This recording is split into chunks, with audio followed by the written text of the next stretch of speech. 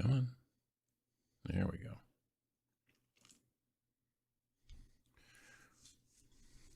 Come on.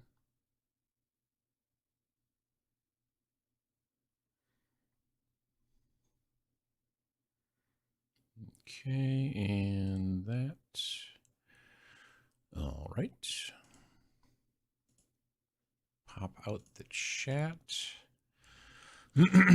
Kick out the jams. All righty. And there we go. There we go.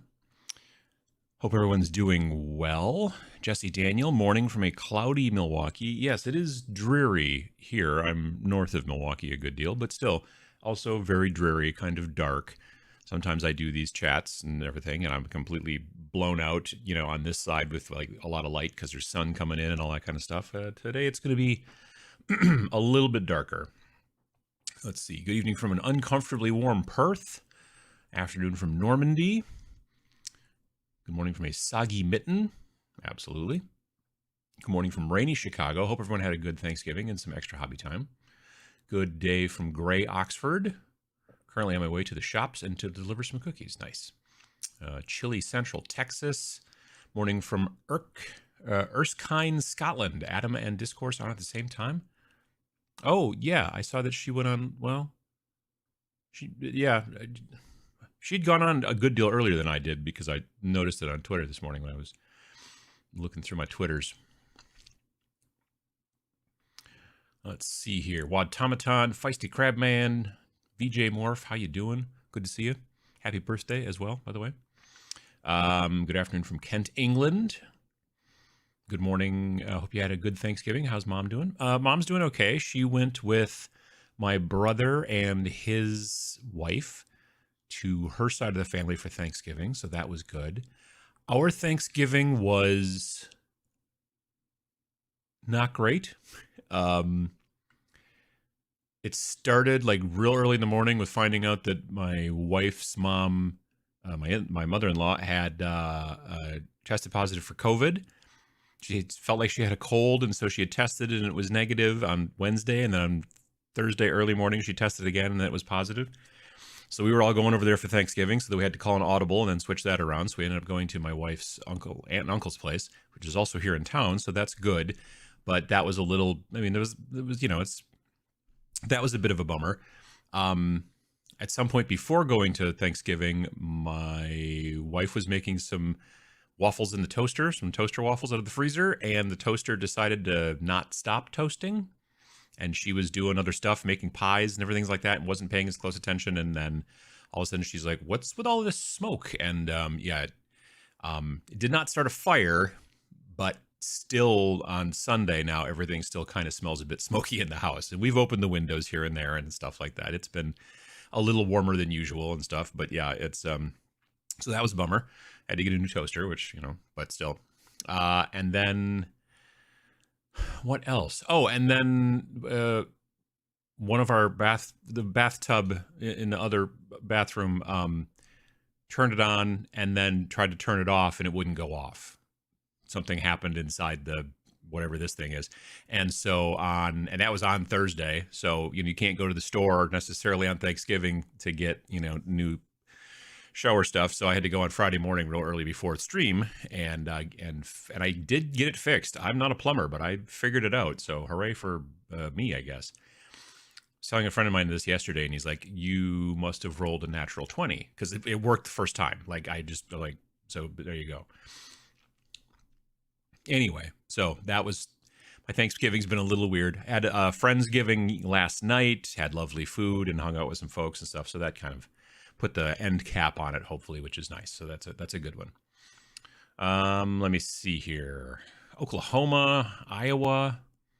Whoops, everything scrolled. Salt Lake City,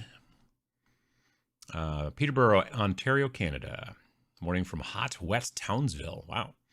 Good morning from North Carolina. Good morning from Gray Markham. Hope you had a great Thanksgiving building up new Canadian shock troops. Nice. I did get a little hobby done yesterday. I worked on, what did I work on? So there used to be the Ruins of Osgiliath, which was a terrain set for the Lord of the Rings stuff from Games Workshop that came out years and years and years ago. I bought some of that and built it and painted it, and I've been using it on and off here and there in different, terrain things for quite some time. And they stopped making it. Well, they've brought it back. They don't call it the Ruins of Osgiliath anymore. Now they just call it Middle Earth Ruins or something like that, or Ruins of Middle Earth. But it's the same kit. So I actually, like, nobody around here had it. So I ordered it straight from their website, and I got, I bought 2 boxes. And so I started working on one of the pieces yesterday to kind of get it built and all that kind of stuff. There's a lot of mold line scraping and all that jazz. And then I realized, oh gosh, my video this coming Friday should probably be about the new Warcry box. So I started building a couple. I'm going to try to build 3 of the Lizardmen and then paint them up before that video. So worked on some of that as well yesterday. Dreary here in Zionsville, Indiana. There you go. Hi from Oconomowoc, Wisconsin. For those of you not from Wisconsin, we're trying to figure out how to pronounce that word. It's Oconomowoc. Lovely night from the island of Borneo. Ooh, nice. Sunny Orlando, West Midlands. Morning from Winneconne. It's been a while since I got to catch a live show. Well, we're glad to have you. Let's see here. Nice to catch you live from Los Angeles. Nice.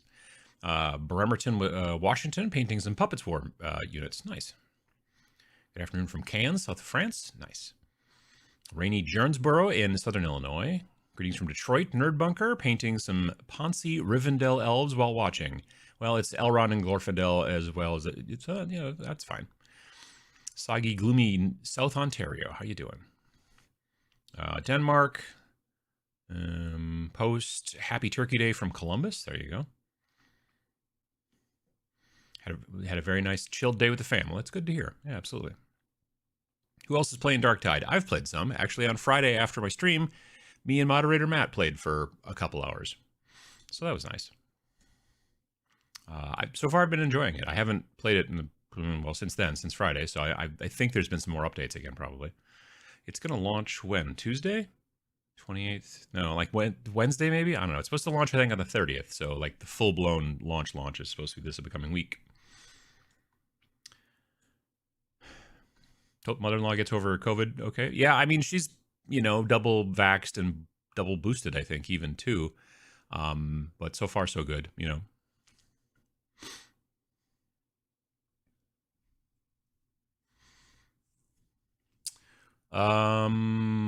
Gosh, there we go. Watching my son swim and watching my favorite shows. How's that for multitasking? Nice. Not bad, Nick.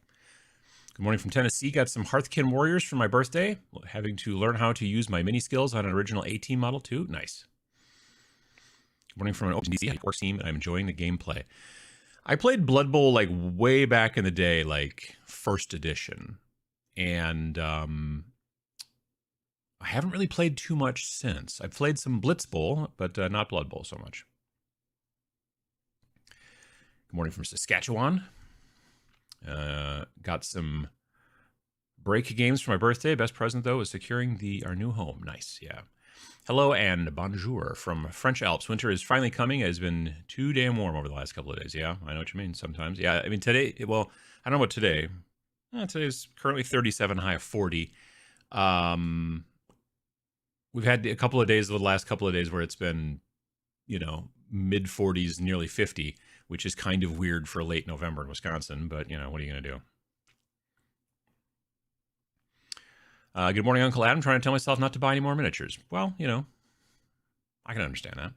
Painting my veteran guard team as a Steel Legion finally. Nice. Painted up a bunch of 3D printed Blade Runner minis this weekend. Nice. AVS, how you doing? Good morning from Memphis, Tennessee. The way that Adam just rolls over Osgiliath, and that was so natural. That's true. Yeah, no, I used to have a hard time pronouncing that for some reason, but I've gotten better at it. Good morning from the sunny, bold coast of Maine. We need to replace our toaster too. Yeah, it's just like it was just going, and I was in the basement doing something, and then my wife came downstairs and she's like, "The toaster tried to burn the house down." I'm like, "By itself?" She's like, "Well, I was using it, and then it just never stopped." And like these waffles inside there were like glowing like embers, like in your grill. and she took them outside and whatnot. And then later on, like they had burned completely, and the toaster was sitting on top of the recycling bin thing outside the back door. And I came outside and I looked at him and I like poked at one of them, and it just like was just ash. It was not good. So keep an eye on your toasters when you're toasting things. Just FYI. Could have been much worse, as opposed to just making everything still smell a bit smoky. But other than that, yeah.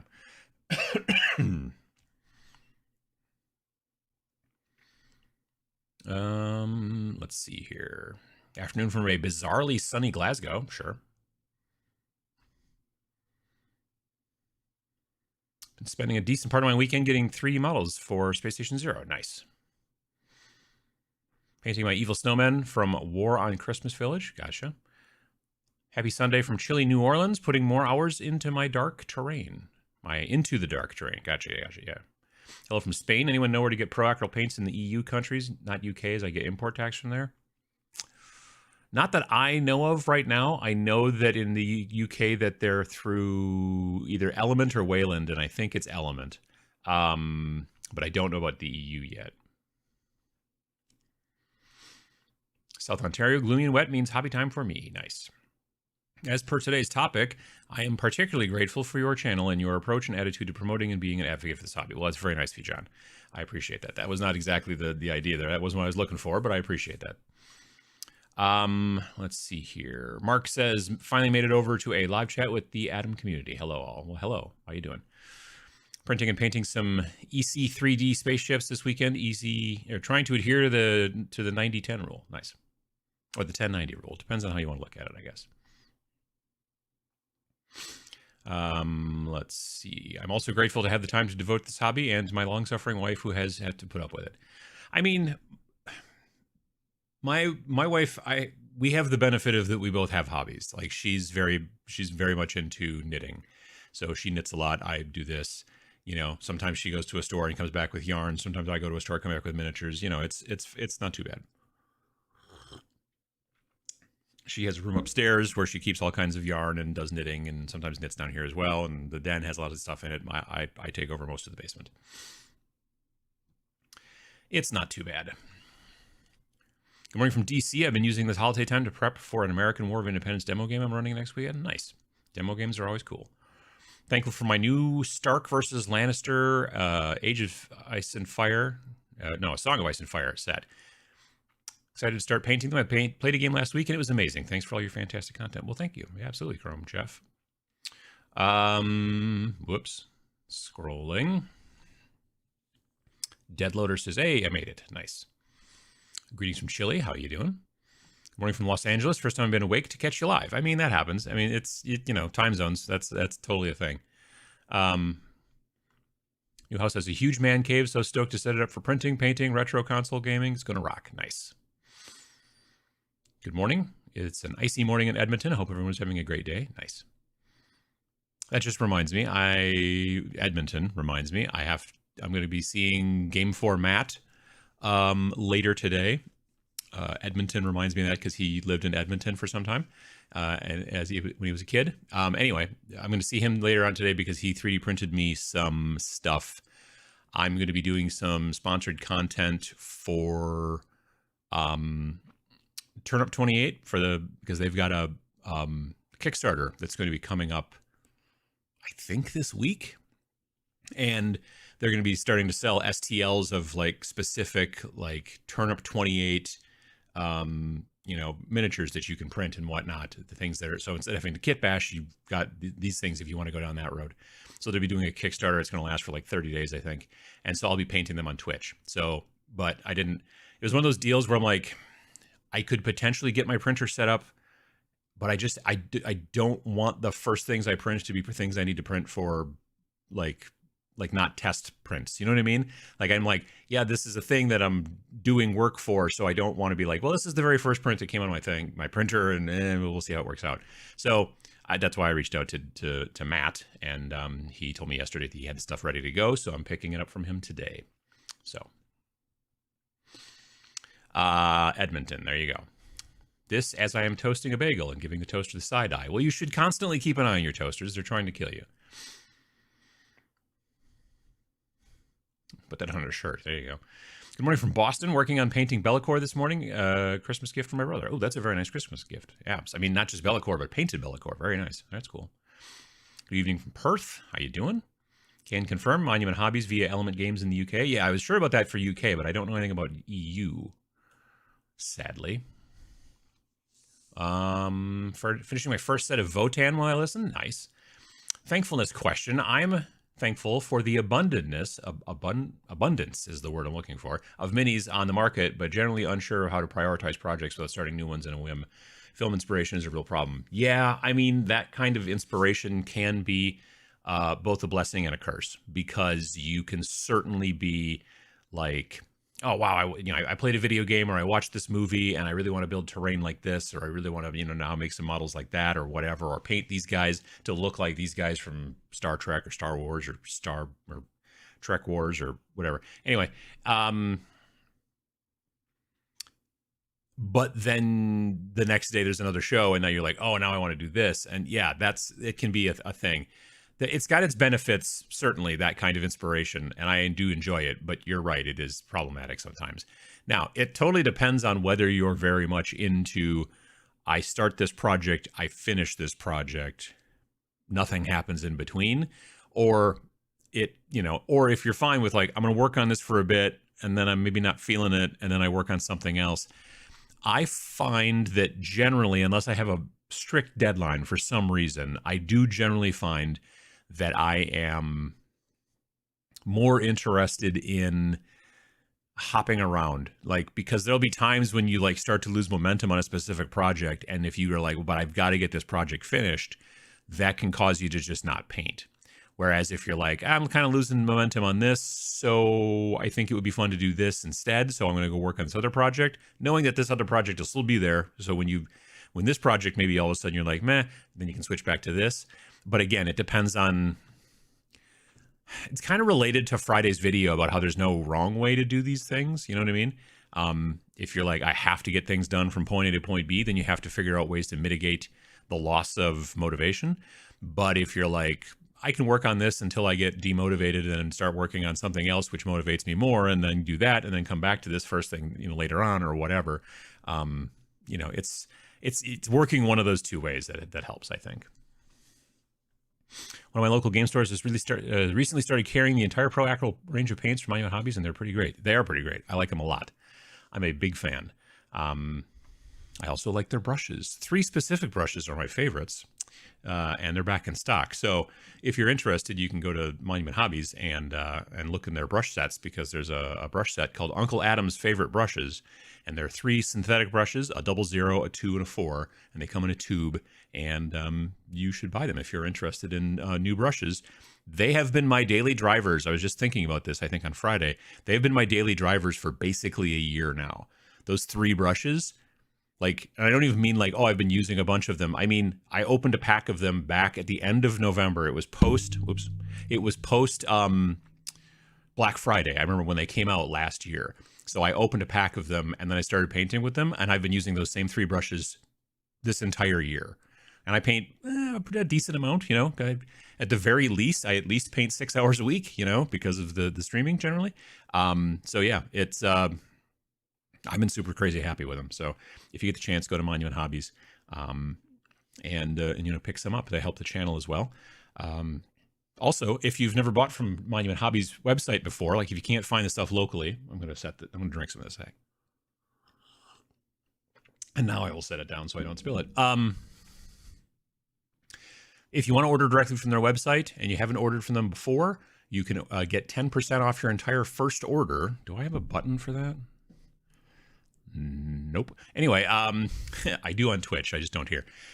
You can get 10% off your entire first order if you use the offer code Tabletop Minions, all one word, Tabletop Minions, no space in between, at checkout in the little offer code thing.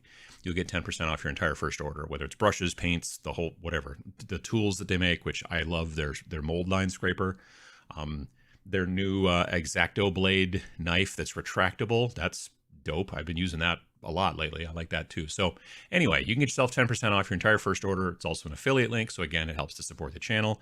But yeah, check out Monument Hobbies. Your video on enamel washes was very helpful. Well, thank you. I appreciate that.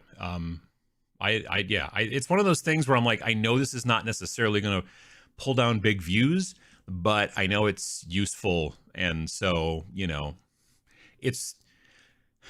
there are videos that people will click on right away because there's like maybe some sort of clickbaity thing going on, or there's something really new or interesting, or a new GW product that people want to check out. Fine.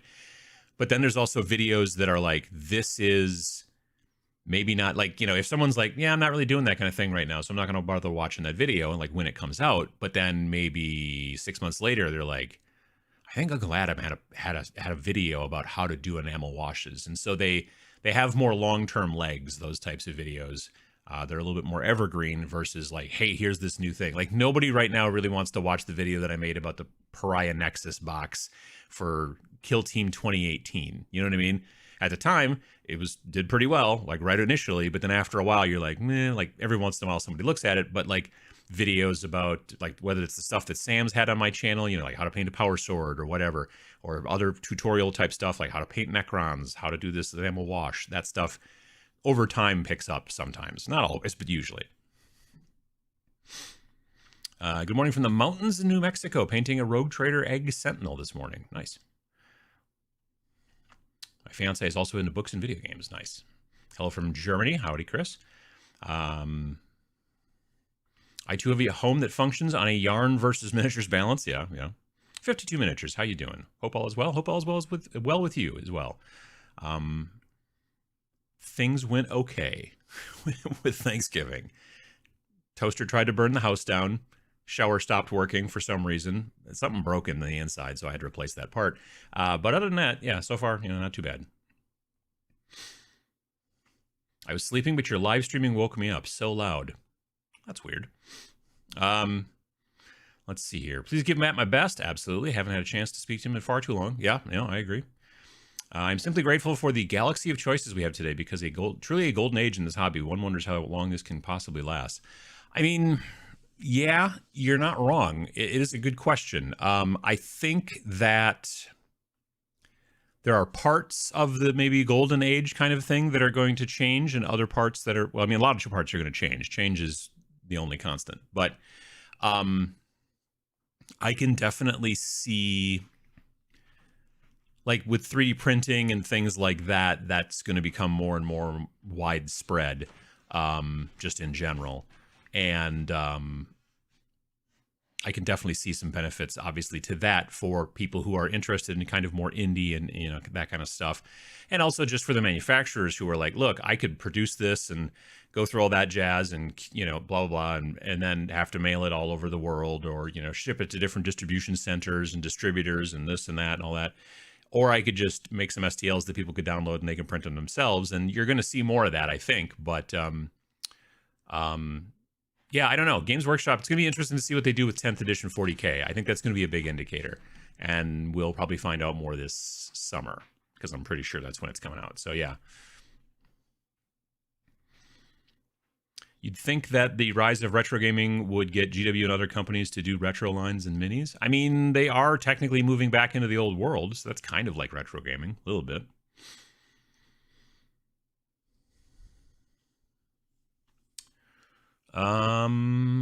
Let's see here. PK Pro in Germany carry the Monument Hobbies paints.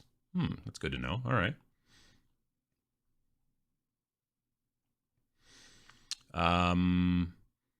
Your Friday video spoke to me. As long as I'm happy and proud of my painted minis, that's what counts. That is the point. Yep, absolutely.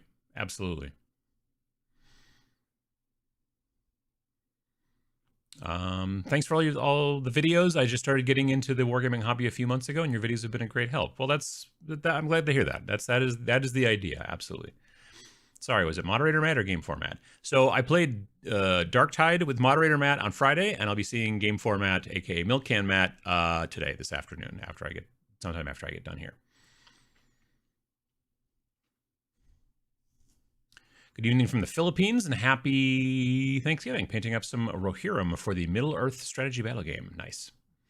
Talking about 3D printing, I'm stoked that Wargame Atlantic have set up a tribe on my mini factory and are releasing all their kits, new and old ones, as STLs for home printing. See, yeah, I mean, it just kind of makes a lot of sense. Now, Some sculpts might be hard to do in 3D printing, and it does take a little bit more work on their end because, like, from what I understand, the way that it generally works is you sculpt a thing in the computer, and then you have to obviously split it all apart to make the parts that then go onto the sprue.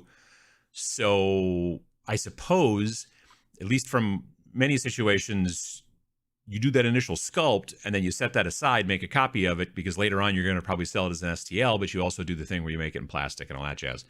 But sometimes there's things you can do in a plastic on the sprue type miniature that you can't really do in 3D printing, and then vice versa as well. Like in plastic printing, you're constantly having to worry about undercuts and things like that because the mold has to be able to pull apart and these things have to be able to come out of the mold. Whereas in 3D printing, it's not as much of a thing, but then you have to think about supports and all that kind of stuff, I guess. So yeah, there's a lot of interesting, yeah, for sure. But it's very cool. I think it's a smart move of them to be like, well, look, we've got these things that we sculpted for, we could tweak them a little bit so that they'll work better in 3D printing and then sell them and make a little bit extra money off of, like, especially if it's plastic miniatures that they're out of production on, or if it's plastic miniatures that are like, look, we could also do that. It seems to be a smart plan. And using tribes, for those of you that don't know, a lot of 3D sculptors were using Patreon because Patreon, that's what it's kind of for, is people pay a thing. But then the problem is that, so people pay you via Patreon, and then you have to go through and figure out how to get them the links so they can download everything every single month. And it was becoming a lot of paperwork and a lot of admin. And then the folks over at My Mini Factory were like, well, why don't we make a Patreon type thing called Tribes that will then automate all that. So then people, it's like Patreon, except it's not going through the Patreon company. It's going straight through My Mini Factory. You're paying $10 a month or whatever to these folks who do the sculpting. And then at the end of the month or whatever the deal is, boom, all the stuff automatically gets put into your My Mini Factory library. And then you don't have to go download it and chase it around. And it's a whole thing. So yeah, the Tribes, they launched it earlier this year, I believe.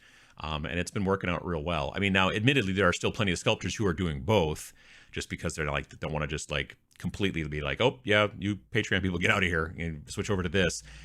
But new sculptors and new people who are doing that stuff, some of them are starting straight into Tribes just because then they don't have to go through Patreon. I think there's also a difference in how much money you get percentage wise. I think Tribes maybe gives you a little bit more of the overall than maybe Patreon does. So yeah.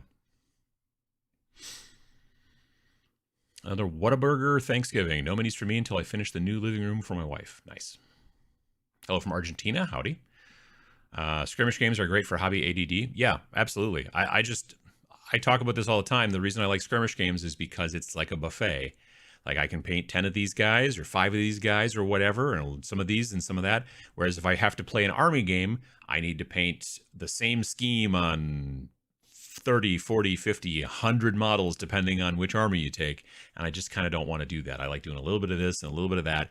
And at the end, I may have enough to fill an army, but I got to paint some ghosts and some skeletons and some armored dudes and some Nurgle dudes and just have a whole bunch of different Warcry bands, let's say, but they're all good to be different. And so I enjoy that better. Do you ever use dry pigments on your scatter terrain? Not on scatter terrain. I have used it from time to time here and there on basing for miniatures, but not so much around scatter terrain, no. I think scatter terrain gets touched a lot, so I haven't tried it too much. Still have so much to learn in painting, and procrastination is the thing. Yeah, I mean, I find that the biggest procrastination thing for me is watching shows or, YouTube videos. There's times when, I could be downstairs painting or building or whatever, or doing anything. And maybe I'm just watching some YouTube stuff because I'm trying to relax or whatever. And there's definitely benefits to relaxing as well. I mean, we can't, again, like it's not all about constant efficiency and production and output. It is a hobby, but it's one of those situations where you're like, I haven't touched any of my hobby stuff in a month. Then you have to start to wonder, well, what is it you are doing is, you know, because, and I've said this before, sometimes maybe miniatures isn't your hobby. You know, maybe watching different shows is your hobby. You like to watch all the big series, you know, like Game of Thrones and what's the new one, House of the Dragon or whatever, and all that kind of stuff, and you're like into that, and there's nothing wrong with that. But if, you know, sometimes it's, you're doing other things other than your hobby because you're, again, maybe it's like a situation if you're like, I'm not going to do any hobbying unless it is to finish this one project. Well, maybe that project's what's screwing you up, and you should start a different project and let that sit and allow yourself to change gears. You know, that's also a big benefit. I have multiple projects going on at once. I can't stick to one at a time. Yeah, I do that a lot too. Just drove from Melbourne to Sydney after an epic weekend of Marvel Crisis Protocol. Should sleep now. Yeah, that sounds like a good time. But sleep also sounds like a good time in that situation. I've been riding a wave of motivation the last week, jumping between projects, not quite finishing anything, and starting new projects such as life. Again, you're still making forward progress. So yeah, things don't get necessarily finished, but eventually they probably will.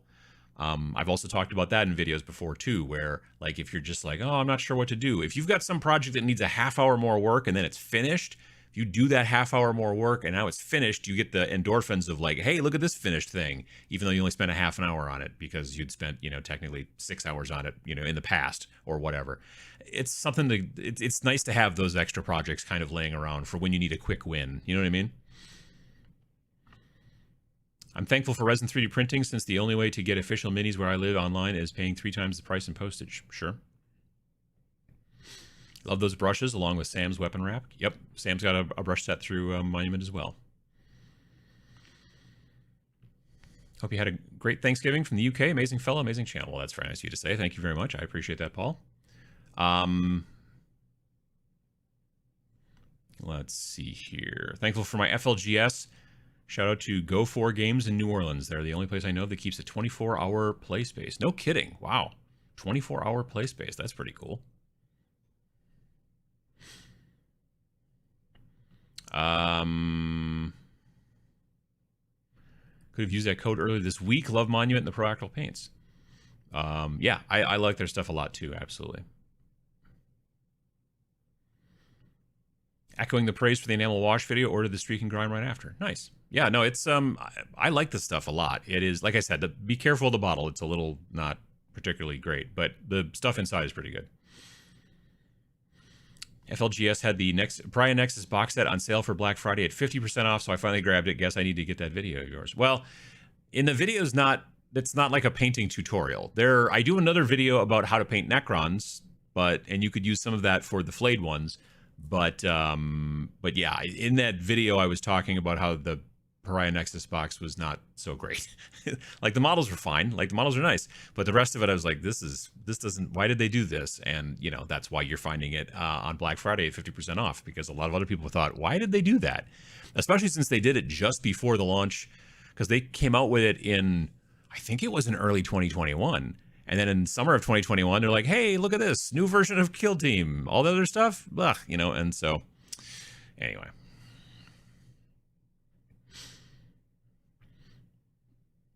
Let's see here. Toasters equal Decepticons. Never trust a Decepticon. Well, I mean, the word deception is sort of kind of in their name, and it makes sense. Honestly, if they were smart, they would change the name, which would be deceiving, but, you know. Just received Space Station Zero book. Roommate got a 3D printer last week. Fun days making custom space minis ahead. Nice. That sounds like a good time. I hope you enjoyed the game. Absolutely. Where am I here? Gosh. Oh, okay. There we go. Let's see here. Hello from Germany as well. Just ordered my first white spirits for trying out oil washes. Nice.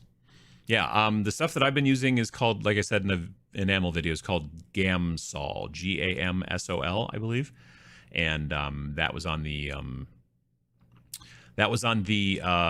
you know, advice of our good friend Vince Ventrella, and it's nice. It is definitely odorless. I have, like I said, I have another, like a metal kind of bottle sort of container thing that you get at the hardware store of odorless spirits. I'm like, nope, I can smell those. They're not odorless. Some cat shenanigans just ran through here. I'll need to find a Canadian distributor for the Monument brushes. $25 shipping for a $25 brush set seems a bit steep. Yeah, I don't know what it is about America and Canada lately, but it seems like we're in some sort of postal war because stuff is incredibly expensive to ship back and forth between the two countries. I don't know what that's all about, but it's crazy. There are some places in Canada. Oh, dang it. Hooded Goblin. I think there's like a store that does a lot of online selling, and they do Monument hobbies. And I think it's Hooded Goblin or Hidden Goblin or something like that. I don't know if that'll help as far as a Google search, but it might. Current project, I'm stripping old Sororitas. See, I can say Osgiliath, but I still can't say a Sororitas. Miniatures I bought recently. The old metal Pentient engine is ready for prime. For the old Exorcist, I still have to find out how to put back together again. Yeah, those metal ones are, yeah, they're there. Richmond-Dale, Ohio. I need to start painting my blade guard. Nice. I've been in hobby burnout for 6 months. Friday, I plan on buying a box to add to my knit army. Okay. Is anyone else salty about World Eaters? Now my whole army is invalid. I had not really paid close attention to World Eaters. I've been looking at those models a little bit, and I'm like, they didn't, I don't know why. They just like, I don't understand why you would have power armor except for like one arm hanging out. Like that, I don't know, whatever. But, interesting. Do you think GW plastics could be cheaper given their grip on the world market? Grip is, I think, a strong word. They only have a grip on people who are like, well, I'm only ever going to play Warhammer. Then yes. And that is part of the issue with people believing that the entire wargaming hobby is just Warhammer. And I know it's the most popular. I get it. It's kind of like saying Marvel movies are the only movies. They're not. They make a buttload of money. They do. And people enjoy them. I enjoy them myself. But I also like to watch other stuff. And yeah.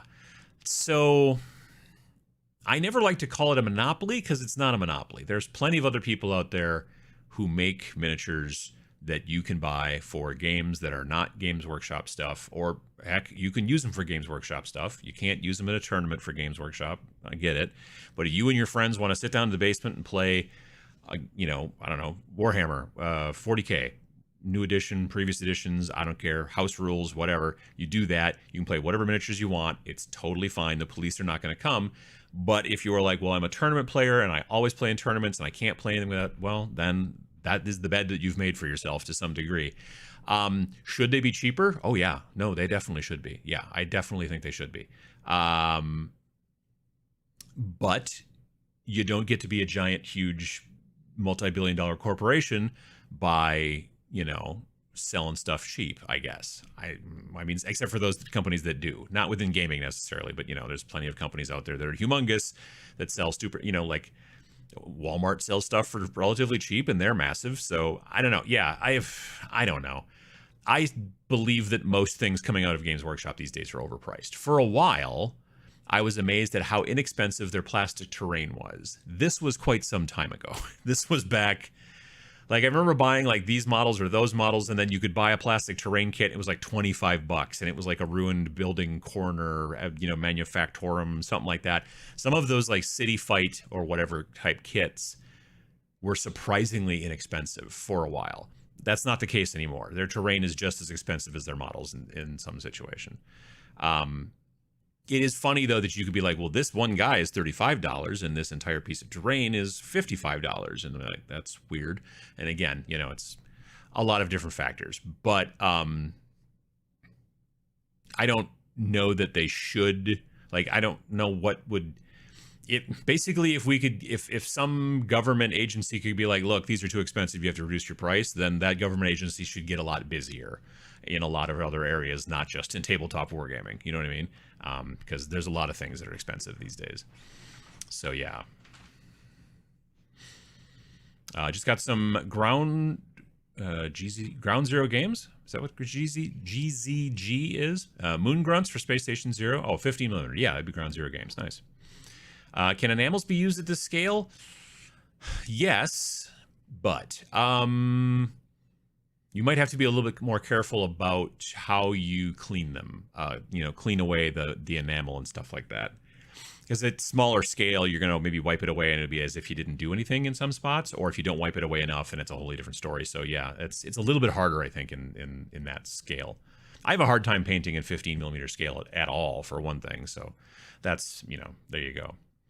I hope to see Wargames Atlantic produce some generic sci-fi tank kits. I need some more 28 millimeter scale tanks, but I don't want to have to spend $100 a piece. Sure.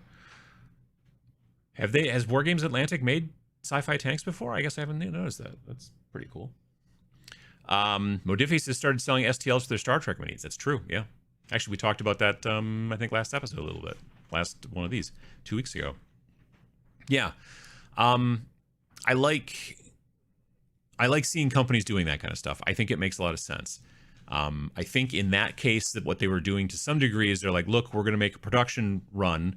And I see this as being a smart move if you can do it as a, let's say a non-Games Workshop, manufacturer. Put out a new set of models and be like, look, here's STLs and they cost this much. And here's maybe resin printed stuff. Again, not fine cast, but there can be good resin printing. I know that fine cast put a lot of bad taste in a lot of people's mouths, but honestly, the resin stuff that I get from like Puppets War, Cromlech, Anvil Industries, there's a lot of different companies out there that make resin miniatures. And I'm not talking about 3D printed resin, I'm like poured resin, and they are great, awesome stuff. Games Workshop, I don't know what it is. Their resin is like kind of weirdly porous, and it's just, I don't know what they're using, but it's not great. Anyway, my point is if you're a company, you're like, look, we're going to make these cool resin things, and we're going to make a production run of X amount number. I don't know how many, 500, 1,000 sets, whatever. But also sell them as STLs. There will be people who are like, I would prefer to print those myself. You're making money. Other people who are like, I don't have a printer, so I want to buy these. And then once you're done with your production, cycle, you can be like, okay, do we keep making more of these in resin, or do we just leave the STLs out there? And that's just kind of the, it makes a lot of sense in my mind.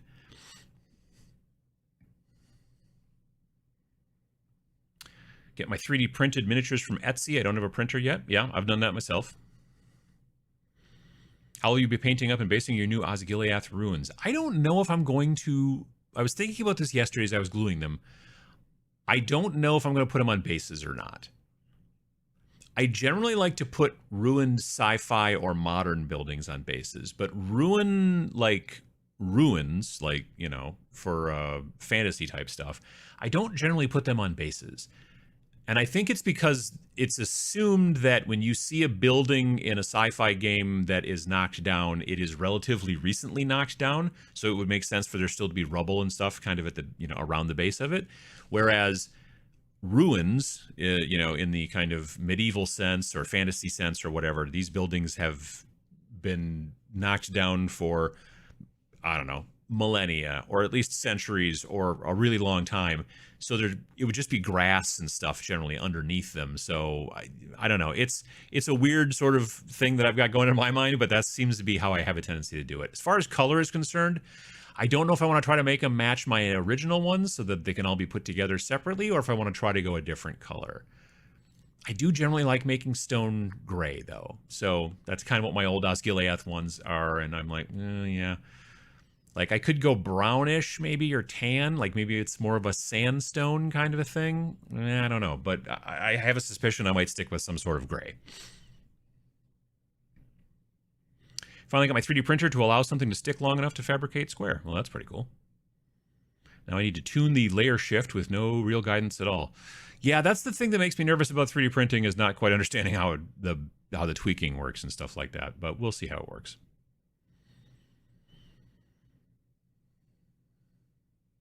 I have about 10 hobbies. It's an expensive problem. FedEx is outside. Weird.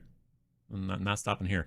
I do feel that you can have too many hobbies. And I think I made a video about that once too. Yeah. And I do try to limit. Because there are a lot of things that I'm interested in, but I'm like, I'm trying to stick predominantly with the photography/videography thing is one of those things. And then the other thing is the miniatures. And they are related to each other, which is also helpful. Ordered myself the mobile paint station 2.0 on Black Friday for Christmas from the times when I'm traveling with my RV so I can keep painting to relax. That's not a bad idea. It's a good idea. Yeah, absolutely. Painting up Dark Strider, Cadre Fireblade, and Longstrike. Nice. Like having a couple hobby projects on deck so I can swap between them if my moods change. That is, I think, the plan. At least for me. It doesn't work for everybody, but I find it works pretty well for me. Let's see here. Just to clean off my desk so I can do something. That's a thing I should probably get into more, is cleaning off my desk. I have not, but...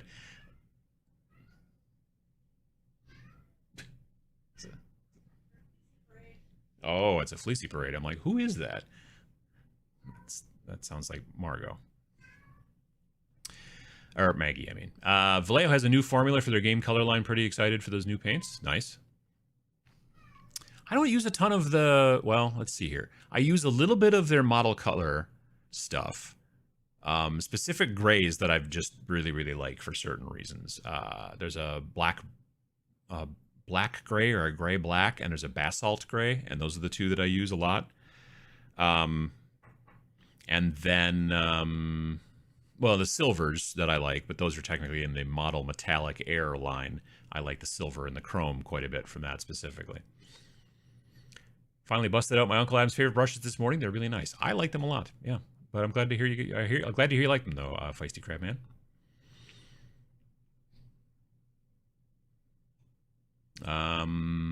Happy Thanksgiving from one graybeard uncle to another. Nice. Let's see here. Thankful for your channel, the info in my local store. Am I the only one that would rather game at a store? My house is not totally devoted for gaming's go FLGS. I do enjoy gaming at the FLGS as well, because it is just sort of... I mean, to some degree, it's a little bit more convenient. And also, I feel like it can be, not always, but it can also be kind of a catalyst to getting people interested in miniatures. You'll have people in the game store who are there. Like, I know for sure that a lot of the people at my local game store who got into Star Wars X-Wing back in the day were Magic players who were there playing Magic and watching people over there with their cool Star Wars ships. And I'm like, well, that's pretty cool.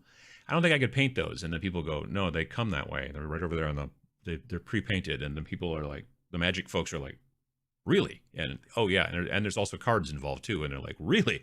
And so yeah, there was a lot of people who were into Magic at our local store that because they saw people playing Star Wars all the time, Star Wars X-Wing all the time in the shop, began buying that stuff.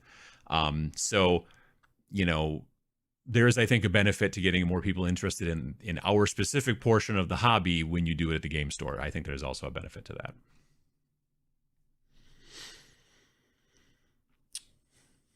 Vince convinced me to try oils on my Mini, hoping to try today. Nice. Any recommendations for mini printing of STLs from my Mini factory? Not ready to buy a 3D printer. Generally, I would tell you to take a look on Etsy. Yeah. Of course, the toaster tried to burn down the house. Did we learn nothing from Battlestar?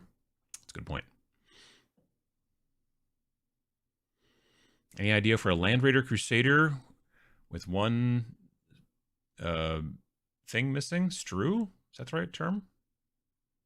I thought they were called sponsons. Most odorless spirits still smell. Odorless usually just means the fumes aren't lethal or overwhelming. Yeah, but the Gamsol stuff is really like, you don't smell it. It's really quite good that way. Are skirmish games becoming more prevalent as of late? Yes, I would say so. Seems that there are more of them than there once was, but this can also be that we have better ways to communicate about these games. Thoughts?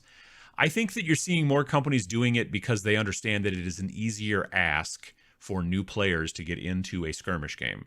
If you make a giant honkin' army game, and GW is one of the first ones that kind of really started to realize that this is like, it used to be 5th, 6th edition, even 7th some degree. If you wanted to get into Warhammer specifically, you had two choices. You either played Warhammer 40k, and you needed like a 2,000 point army for that generally, or you played fantasy, and you needed like what, 2,500, 2,250, whatever. You needed a big army for that too. So the ask was like, oh, I'm interested in playing this game. Oh, you are? Cool. All right. Well, here's all the stuff you need to buy. You need to buy this big, thick book. You need to buy this other book. And then you got to buy all these models.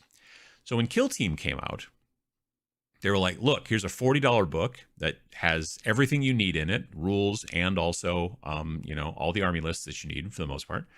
And then you could buy like a single box of minis for $50 or less, and then just use, your own terrain that you might have or whatever. There were boxes that you could also buy that had all that stuff included too. But it was a nice, inexpensive way for people to get into the hobby. Now, evidently, they thought it was too expensive or too inexpensive, because when the new version came out, then they were like, well, you got to buy this $50 book and this other $50 book, if you want to have the rules and also the stats and stuff. That's just kind of, or maybe this White Dwarf, or maybe this other box, or blah, blah, blah.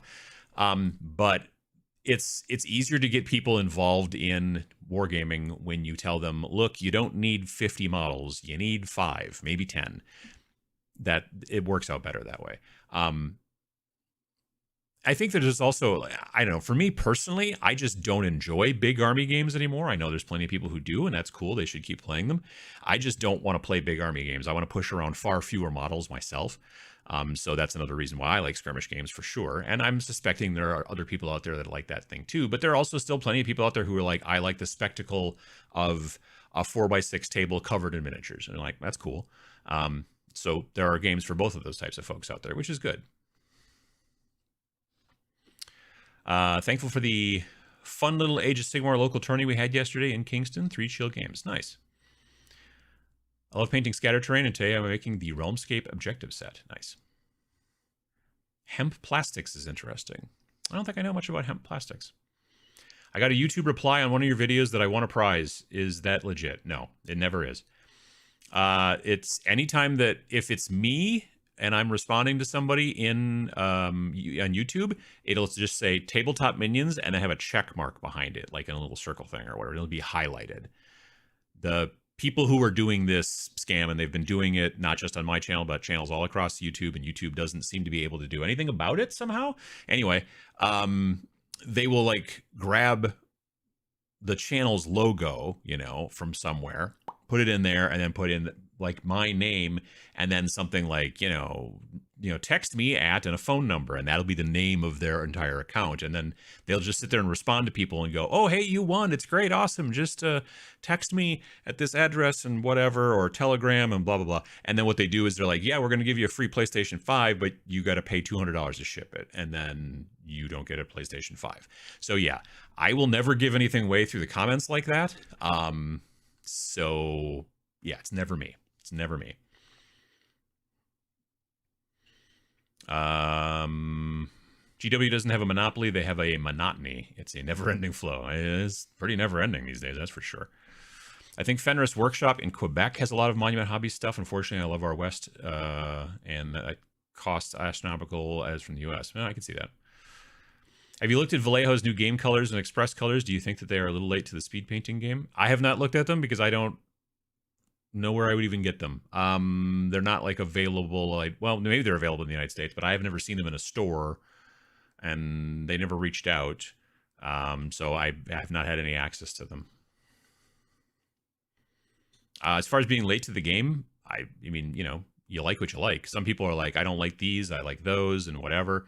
I know that there's obviously contrasts, speed paints from the Army Painter. Scale 75 has instant colors or instant something or others. I bought one little small pack of those finally. I was at a convention last month, and I never see Scale 75 in the wild, so I bought some of those, a box of them. They come in weird colors. They're like, oh, here's an entire box of red, instant colors. I'm like, it's kind of weird. It would make more sense for me, I think, for them to make a box where it was like, here's a bunch of different colors, as opposed to here's a bunch of shades of red or a bunch of shades of brown. I don't know. I did buy one box that I thought was kind of useful, which was a box called Shadow. So it was all kind of darker colors, but there was some blues and some reds and some browns and stuff like that or whatever. And it was all decided, I guess, to be shadow colors and things like that. So I'll give that a try. But otherwise, yeah, with Scale 75, I never see their stuff in any stores, so I don't ever have any access to it too much. And Vallejo, there's a Hobbytown USA here in town that carries, I think, their model color and their game color line, but they don't carry, I don't think, any of the air paints, and they don't carry any of the other, you know, like these new ones that I've seen. Although, to be fair, I haven't been in there in a couple of months. So maybe they've started doing it. I agree with you about the World Eaters. I wanted new ones for a long time, and they offer us these. They're awful. No thanks, GW. Like, they're not terrible sculpts, but it's just weird that they're like, why are they missing so much power armor? And I guess it's probably a lore thing or whatever, but I'm like, I don't know. I just want new Berserkers, and these guys don't look like Berserkers to me, but I wasn't really going to do much with them anyway. Mantic Games' new vegetation terrain looks pretty cool. Have you seen it? No, I haven't. I knew that they were doing some new terrain crate stuff, but I haven't noticed any vegetation stuff. That's pretty interesting. Playing mostly Battletech has helped me to avoid burnout. Only having 1 to 4 models on my paint table has kept me from being overwhelmed. Sure, I can understand that. I prefer my scratch build terrain. Yeah, scratch build terrain can be fun, for sure. I need to do more, I think. Well, it's not exactly scratch build. I did do some terrain recently where I used some resin walls, and then I put them on a base, and then I made a floor for it out of like those little wooden coffee stirrer sticks and all that kind of stuff and everything. It was kind of a World War I like ruined building, but it's not completely from scratch because, like I said, some of that stuff is like resin wall pieces that look like ruined brick and stuff. Uh-oh. Excuse me. Ugh. Got the sneezels. Part of the cost is for paying the artist and the sculptor. Buildings are easy to design and make. Sure. When I started buying Citadel miniatures for the second time in 1994, I could get a blister of 2 metal models with a $20 bill and have enough left over for a pack of smokes and a coffee. Wow. Yeah, no, prices have definitely gone up. Ronnie Renton was the one who pushed for that terrain in the original City Fight when he worked for GW. Now Mantic is launching Sci-Fi Trees and Scatter Terrain on a Terrain Crate 3 Kickstarter. I did hear that they were doing a new Kickstarter for their Terrain Crate stuff. I'll have to take a look at it. In your opinion, is a low-end airbrush worth it just for priming? I live in southeastern Wisconsin. I would say yes, especially since you say you live in Wisconsin. The reason for that is because then you can prime stuff all year long. I find I can't prime very well in the winter. There are also times in the summer I can't prime very well either because of the humidity. So yeah, I find even an inexpensive, and that's the thing, especially if you're doing, even if you're using it just for priming and maybe just for some zenithal, an inexpensive airbrush is still going to work pretty well, especially if you take care of it. Like if you keep it clean, it'll do just fine. So yeah, there's nothing wrong with that. I'm working on an idea in my head for a video about like reasons why you want an airbrush, like, you know, 3 reasons why you want an airbrush and 1 reason why you don't, or something like that. I'm not sure yet exactly what it's going to be titled, but yeah, I use a fancy airbrush and whatever and all that kind of stuff, but there are plenty of airbrushes out there you can get for inexpensive that will still do, especially for that kind of stuff, for priming and for like highlighting and things like that. You don't need anything fancy, frankly.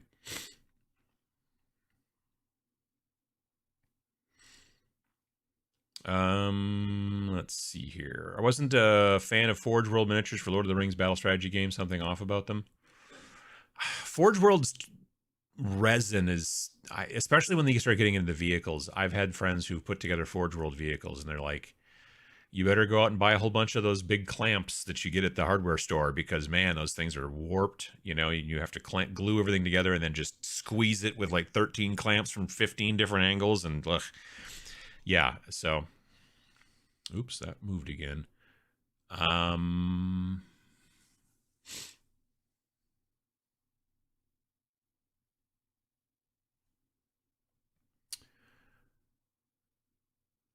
My pride and joy is Smog. I bought my first airbrush set up to paint him. Nice. TimberTech airbrush beginner set is around 60 to 80 bucks with compressor. Really good for that price. And good enough to paint with, not just base coat. Yeah. Fleecy Parade, indeed. Let's see here. Painting an Imperial Knight and made a rookie overhyped mistake of gluing everything together. Painting is way harder now.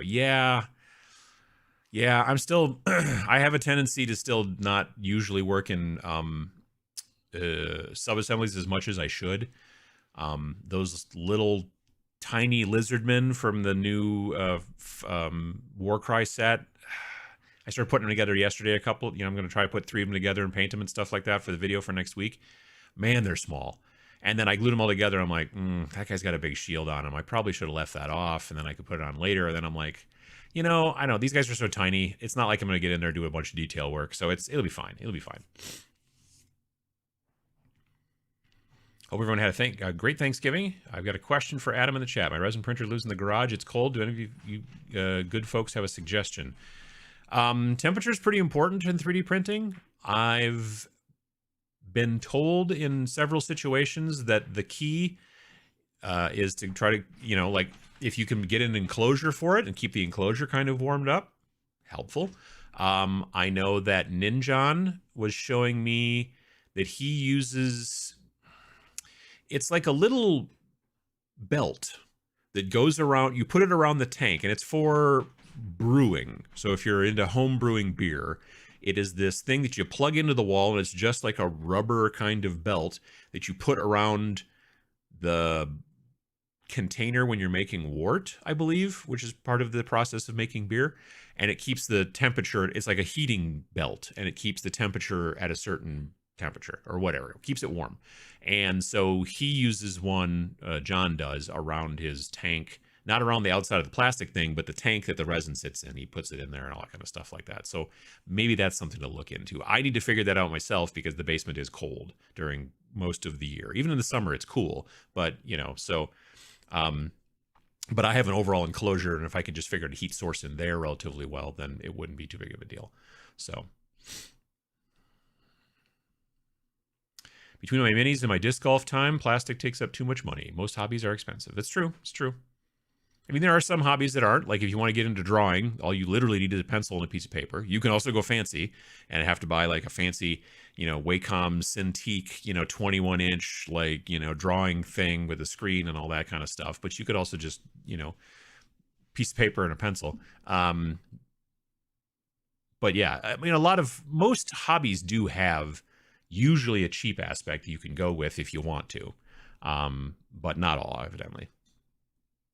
I don't know, car racing. I don't know that there's an inexpensive, relative to each other. You could be like, oh, well, I really love car racing, and so that's why I bought an F1 team. No, that's very expensive, as opposed to like I found an old beater and I take it to the track and I run it around and stuff like that. That's cheaper, but still expensive in comparison to, say, like little plastic dollies or whatever, or again, paper and a pencil.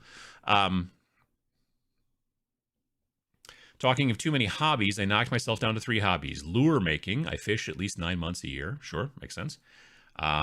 Miniature displays. Might get into wargaming over the winter months. Nice. And photo video. Well, that's cool.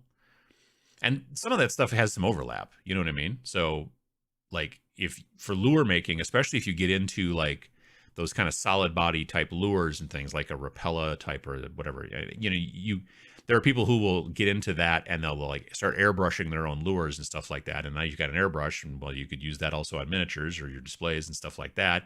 Photography, especially if you want to be able to maybe start selling lures, if you're into that, well, having photography skills is going to help you to be able to take better pictures that you can put on Twitter, Instagram, whatever, to sell your product and that kind of stuff. So yeah.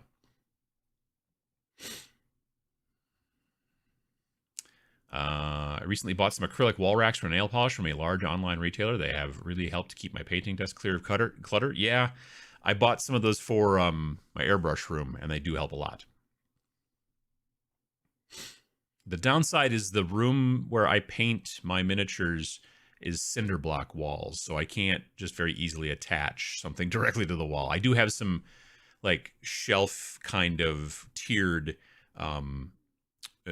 nail polish acrylic doohickeys that are on a wire shelf that are near but I can't, like the room that has the airbrush room, 2 of the walls are cinder block, but 2 of them are wood. And so I can just screw all these different shelves to that, which has been very nice.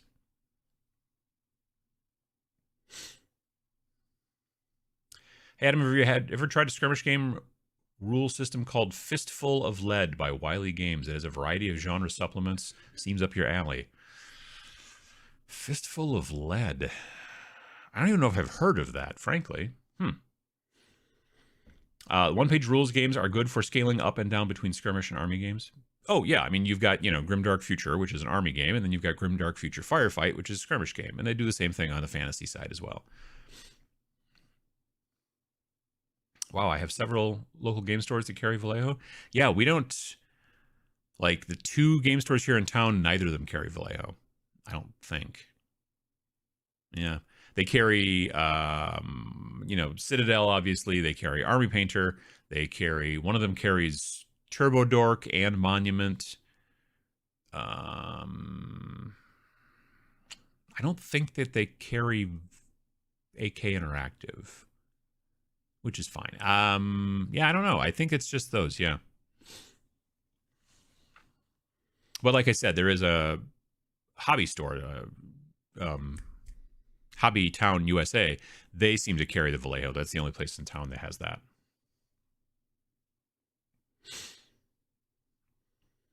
I've been loving speed paint. I hope the improvements coming don't change what I like. Yeah, no, that is a good point. Ed Pugh from Reaper Minis died. Yeah, no, that I heard about that last night. Actually, that's very sad. If you don't know, Ed was the president and CEO of Reaper. You've heard of Reaper Bones and all that kind of stuff, the Reaper paint line, all that stuff. Yeah, he passed away sort of suddenly. Like he had a short illness and then died, evidently, just I think this week.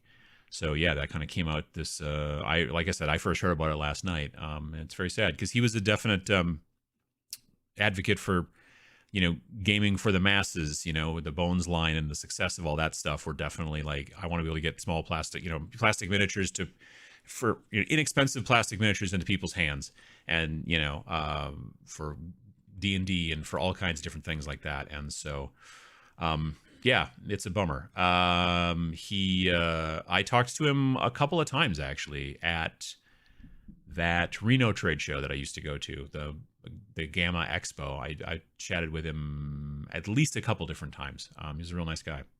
So yeah. New Vallejo paints are delayed, not even available in Europe yet, and my FLGS in the UK has heard nothing at all.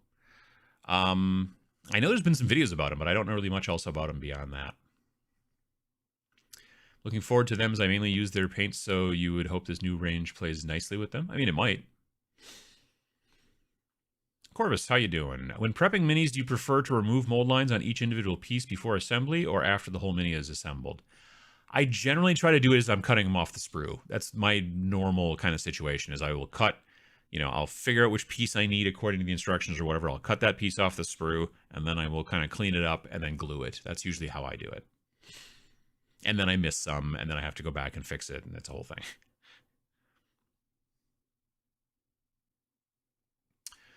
I've got the halfling half of the new Kings of War battle set, starter set. I can't wait to get started on them. Nice. That's pretty cool.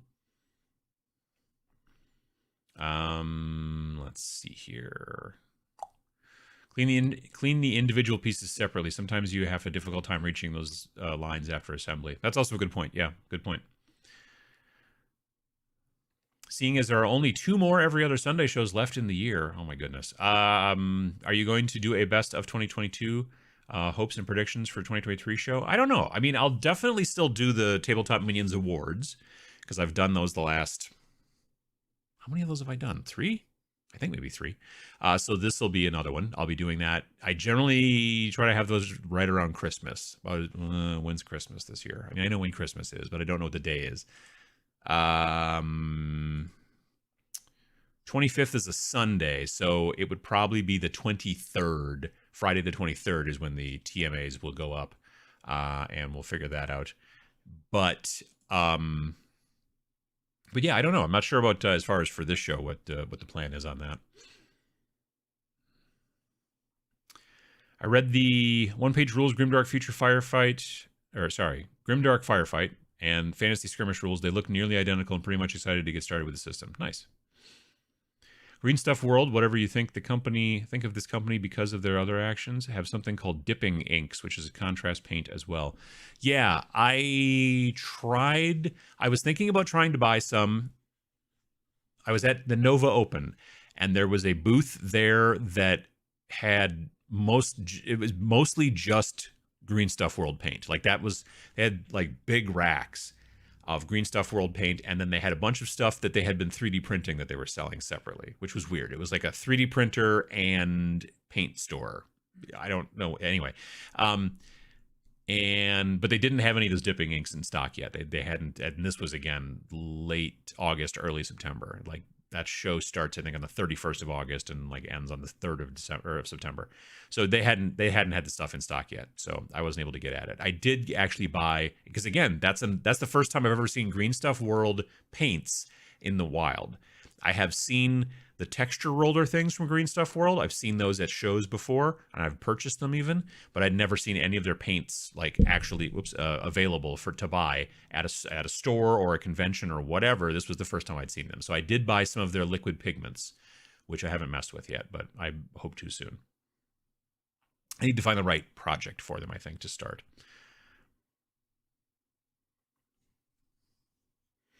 Let's see here. Where are we at?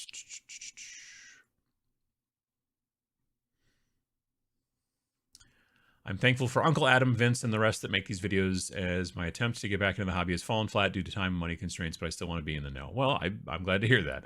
That's why we're doing it. I bought one of those cheapo airbrushes, though the one I got didn't have a USB power pack, but rather the plug-in-the-wall mini compressor. It has the same airflow, always on problem, though. Yeah, that's the one downside. Like, more expensive compressors have a tendency to have some sort of like sensor inside, and they can tell when you press, and mine doesn't have a tank. My original airbrush compressor was from the hardware store. It was a bright red, like pancake style compressor that had a tank that gets filled up. So you spray for a while, and all of a sudden that tank gets run out, and then the motor kicks in to fill the tank back up, and it is loud as everything, and it scares the hell out of you. So that's no good. But it worked fine until all of a sudden it stopped working. So that was a bummer. Gesundheit. But a regular airbrush compressor, sometimes they have a tank, but sometimes they're just dialed in so they know as soon as you start spraying, then they immediately kick back in. And when you stop spraying, they stop. And that's a little bit more what you pay for. Also, you don't have to pay for quiet. So the quieter they are, usually a little bit more expensive they are as well. Other ones, though, will be just, they'll be always kind of running, but it's not terrible. I find games with a bunch of rules or really anything over 100 pages is just too much. Yeah, no, same here. I can just play a video game that keeps track of all that. I just want to know if my model was shot and killed. Yeah, honestly, the issue I have these days sometimes with stuff is also that there's just too much of it. I was looking, who reached out to me just recently? W.R. Tell. They're a company out of Poland, I think, that makes a lot of really nice resin stuff too. And I've purchased some of their stuff, but they reached out to me, and I'm kind of chatting a little bit back and forth with them. And I hadn't been to their website in quite some time, and I looked, and they've got their own game called, what the heck is it called? Hydrophilia.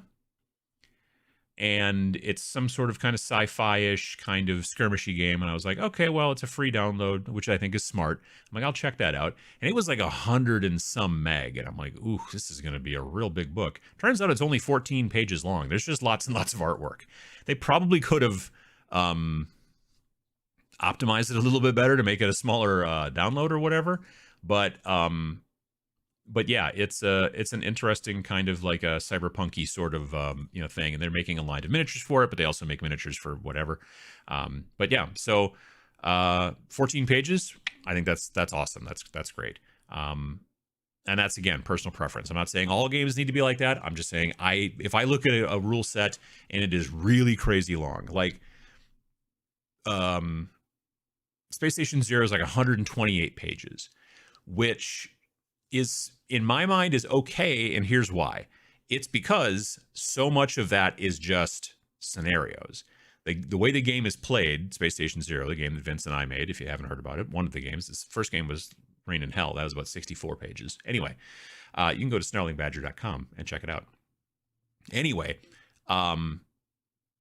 The reason that that second book was so much thicker than the first book was because of it was not just here are 10 scenarios you can play in whatever order you want. It was here are 24 scenarios, and it is a branching narrative. So you play the first one, and then you either choose to go this way, this way, this way, or this way. And then maybe in this one, if you get the end, you have to roll to see which way you go. And so there's many different ways, and you can keep playing it over and over again and playing different kind of missions and things like that. And so that makes sense. But the actual rule portion of it is relatively small. That's the thing that I think is important. If the rule portion is like, well, you want to play this game, the rules, not including scenarios and fluff and all that stuff, is 100 pages. That's way too much. That's way too much in my opinion. But yeah, so I'm not against a thicker book as long as a lot of it is all kinds of cool branching narratives, you know, story stuff or fluff if you want to go down that road. We keep our games pretty fluff light because we don't, you know, but that's fine. Anyway. Your videos on airbrushing are awesome. They help me greatly. Vincent's the same. Also, there's a YouTuber called Barbatos Rex. That's all he does is talk airbrushing. Oh, I've not heard of him. That's nice. That's cool. Hey, Zambies, how you doing? That blasted camouflage says a brew belt. That might be what it's called. That sounds about right. Sure. I'm planning to get back into building and painting units for my epic armies. I love painting small so you can game big. Yeah, see, I've never been big. I don't like painting small. I think that's part of the problem. But other people dig it, and so I'm glad for that.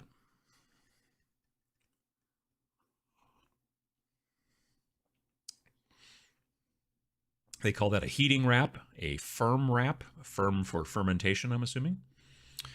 Let's see here. You can usually buy a nice Pache single action airbrush for $50 or less. Sometimes a nice used one can be bought for 20 to 25. Perfect for priming. You just need a compressor then. Yeah, I mean, and there are definitely kits you can get out there. I bought a kit years ago that was airbrush and compressor, and I think the whole thing came to maybe $90. You know, that's not bad too. I made it. Good morning and happy Thanksgiving to the minions. How you doing? What is the connection of disc golf and miniatures? My FLGS sells both. Seems odd. I think that there's some overlap in fans, a fan base, and also disc golf is doesn't take up a ton of space sometimes. I guess you know, they just need a bunch of racks for frisbees. I know that's not the technical term, but you know what I'm saying.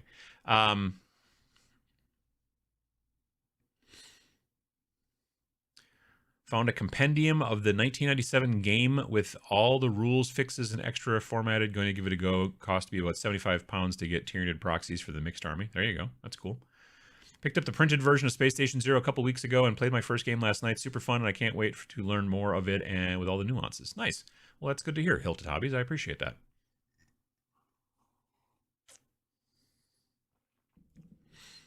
So thinking of 3D printers with the sales going on, which printer is best for the resin, for the intro resin, the Elegoo Mars or Anycubic Photon 4K? That is going to be more of a question to the viewers, I think, than me. Buddy came by the other day and was dumbfounded why I was painting 30-year-old miniatures when I had all this new stuff around, and I told him I bought these because I liked them. I mean, yeah, they don't. Like, I find that there are few old minis these days where I like them well enough to bother to try to paint them. I have a tendency to like stuff that's newer these days for the most part. But there are plenty of folks out there that have got the, you know, love the nostalgia or love the retro action or whatever the deal is. You know, there are certain models out there that definitely have a lot of character, but sometimes when you start to paint them, you're like, I don't know what this thing is. Like, is that a part of his belt?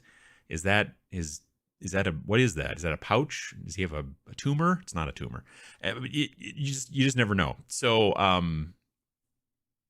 yeah, that's the thing that I don't like about, you know, older mini sculpts is that sometimes there's just like the detail you're looking at it. Like that sculpt that I was working on Friday, that guy from Enigma Miniatures. Like, he's a pretty cool, like, definitely got a lot of character going on to that sculpt. He's very cool. But there's a spot where, like, he's wearing, like, this really wide kind of bandana, and then his hair is kind of coming over the top of it at one point, and you can't tell where the hair stops and the bandana starts, like, on this side, because there's just no detail there. And so I'm just like, well, I'm going to have to make that up. So, yeah. Tabletop wargaming could be as cheap as Pogs on the floor. I've got my main two, hobby gaming and home improvement. I don't count fishing or hunting, as I only invest time when I am doing those things. Sure.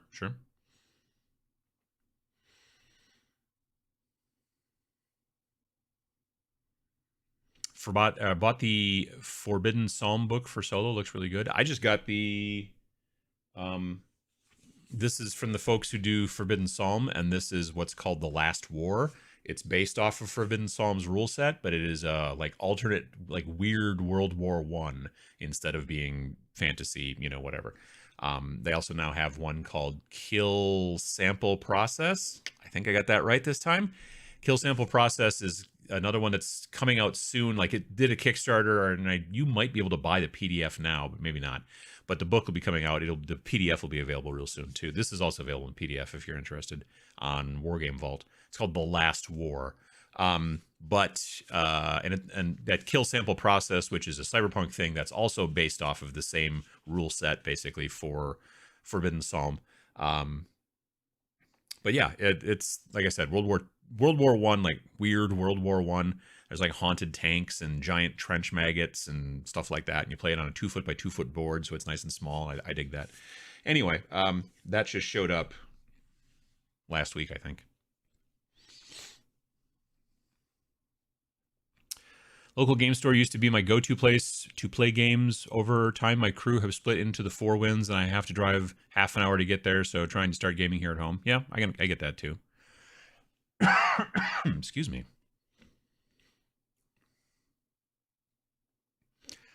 Local carries GW, Army Painter, Vallejo Game Color, not much else, yeah? I live near Michigan Toy Soldier Shop, a smorgasbord of paint line choices, including Pro Acryl. Nice.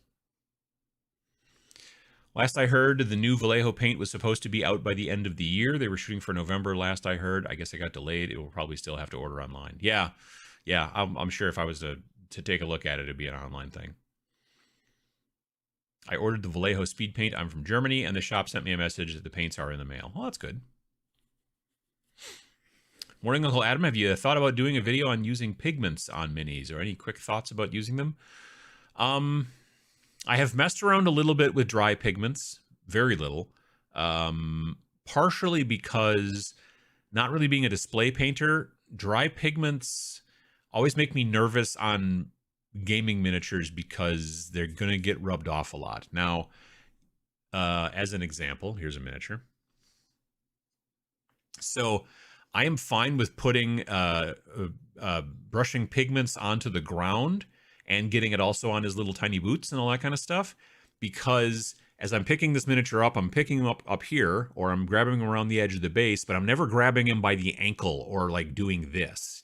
People don't generally pick up miniatures this way or grab them by the... So if there's dry pigment that's kind of around this area, I feel like it's a little bit safer away from fingers. But if I decided to use it on the top of his head, that's coming off. It's just going to come off. And I know you can fix pigments to some degree with like isopropyl and stuff like that and everything, but yeah, I don't know, they make me a little nervous. They're, again, like I said, I picked up some of the new Green Stuff World, I bought these at Nova back in September, liquid pigments, which are basically a pigment kind of stuff that, like in a paint, that dries down and is very matte and stuff like that. And I want to try that stuff a little bit more too. When you are doing display painting, then dry pigments make a ton of sense, because you are also rarely ever touching the actual model. It has a tendency to sit, and then you're not like picking it up and moving it over here and using it as a gaming piece. So yeah, but I don't know. I haven't quite gotten the hang of them yet, I think. But they do have a nice effect when you can make them work.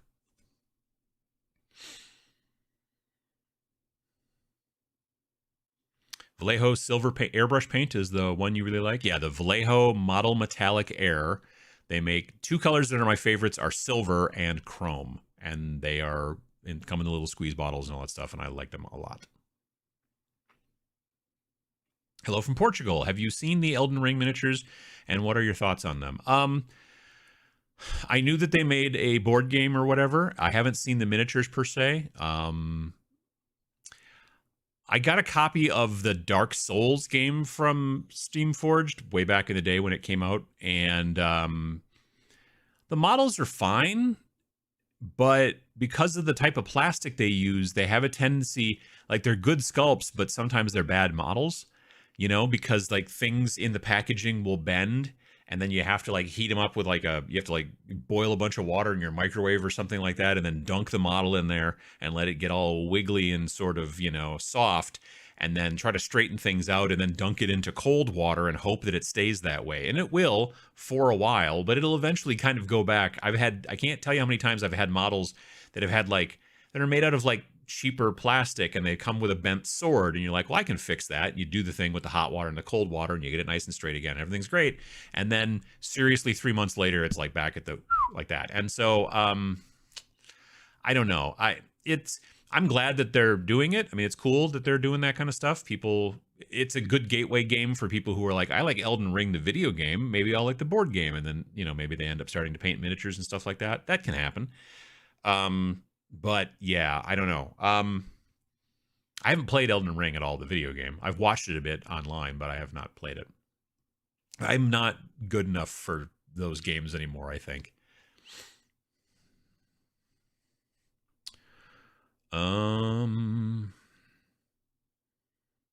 Christmas lines up on an Every Other Sunday show. Does it? Oh my goodness.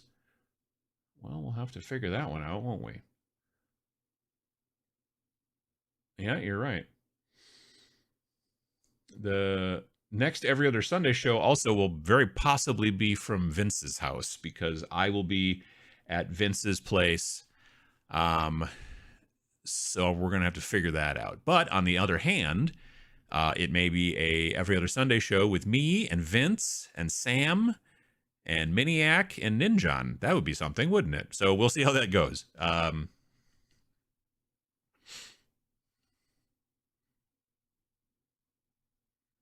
Where was I? Got to get my tux to the dry cleaners for the awards show. Very, very, very fancy. I actually was just looking for a shirt to put on recently, and I was like, oh, well, this is my fancy awards show t-shirt, so I got to not wear that right now. I'm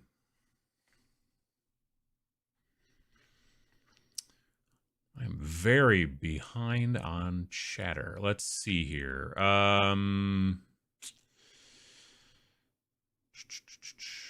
Waffles Enjoyer says, hey, I caught Adam live. Nice. Glad to see you. How do you feel about kit bashing minis? I like it. I do it sometimes. Like, not lately. I've been working on specific projects that don't necessarily need it, but I do enjoy doing it. Because I've been working on, let's see, I worked on all those chaos guys lately, those chaos cultists, and then now I'm working on a bunch of other models that were already pre-built, so I could kit bash them, but not. And then I'm also working on now those lizard dudes for Warcry. But yeah, when I'm doing like, especially stuff like when I start working on the models for Last War, they're gonna the base of those models, like the starting spot on those models, is going to be miniatures from Wargame Atlantic. They have some World War I minis, some French guys, and I think some German guys. And that's going to be the start, but then I'm going to kind of kit bash them and make them look, because again, it's weird World War I, so they aren't going to look exactly like regular World War I guys, you know what I mean? Noble Knight in Madison sells Green Stuff World paints. Oh, no kidding. I've never been to their actual store.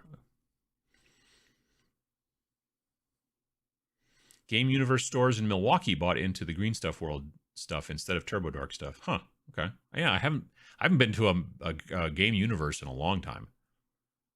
I got a friend who works at one. I should probably stop there one of these days. The FLGS in the town over carries Green Stuff World, mostly rollers, but also some of the paints and color shifters. That's cool. How old were you when you painted your first mini? Do you still have it for motivation? Second question, answer is yes. I do still have it. Actually, it's on my hobby desk, and it was a Battletech Atlas. How old was I when I painted it? I think I was in college, so probably 19-ish, maybe 20, something like that.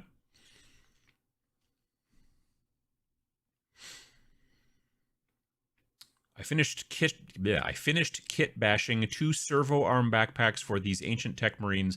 The one with the silly wrench and the dude who's looking at his watch. He's like, it's almost break time. That's what he's doing. He's looking at his watch like this. Do you still use baking soda and cat litter to texture your bases? I'm working on Space Now minis from Reptilian Overlords. I don't use baking soda as much these days because, although all of the Chaos Cultists that I just finished were all chaos or all baking soda bases, But generally, I still use kitty litter a lot. A lot of the science fiction stuff that I work on these days, I keep the bases very simple. I use like GW style bases. They already have like a very subtle texture to them, which is like asphalt as far as I'm concerned. That's what, road or parking lot or whatever looks like. And then because it's a battle, there's going to be rubble around and stuff like that. And so then I use a little bit of kitty litter, maybe even some little tiny pieces of cork that are like torn up and stuff like that to make it look like that. And then sometimes I will use the fine texture basing paste stuff from Monument Hobbies if I want a little bit more. But if I'm looking for something to make it look like sand, or if I'm looking for something to look like ash, then I do still use the baking soda stuff. But lately I've been looking for things to be a little bit more urban in those situations. When I'm doing fantasy stuff, then all my Warcry related kind of fantasy stuff has got its own kind of basing style to it, which is very, again, frequently a good deal of cork, like crumbled up pieces of cork so you don't see the flat edge at all. I really just rip it all apart and stuff. And then some of that fine basing texture stuff from Monument, and then I paint them brown, and then I wash them brown, and then a little bit of black wash, and then I go back and I do some dry brushing and this and that. And so I've got my kind of styles for which way I'm going. But if I start going into doing like stuff on sand, like all of my Star Wars Legion models that I painted an 800 point force for the Stormtrooper, guys. Those guys were all done on like a Tatooine kind of sand. So they were all done with the baking soda and CA glue.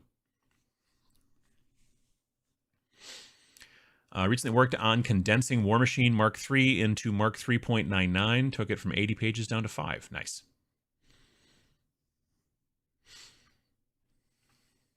I'm not a fan of all the mental math involved in most war/skirmish games. Core Space from Battle Systems does away with that. Nice.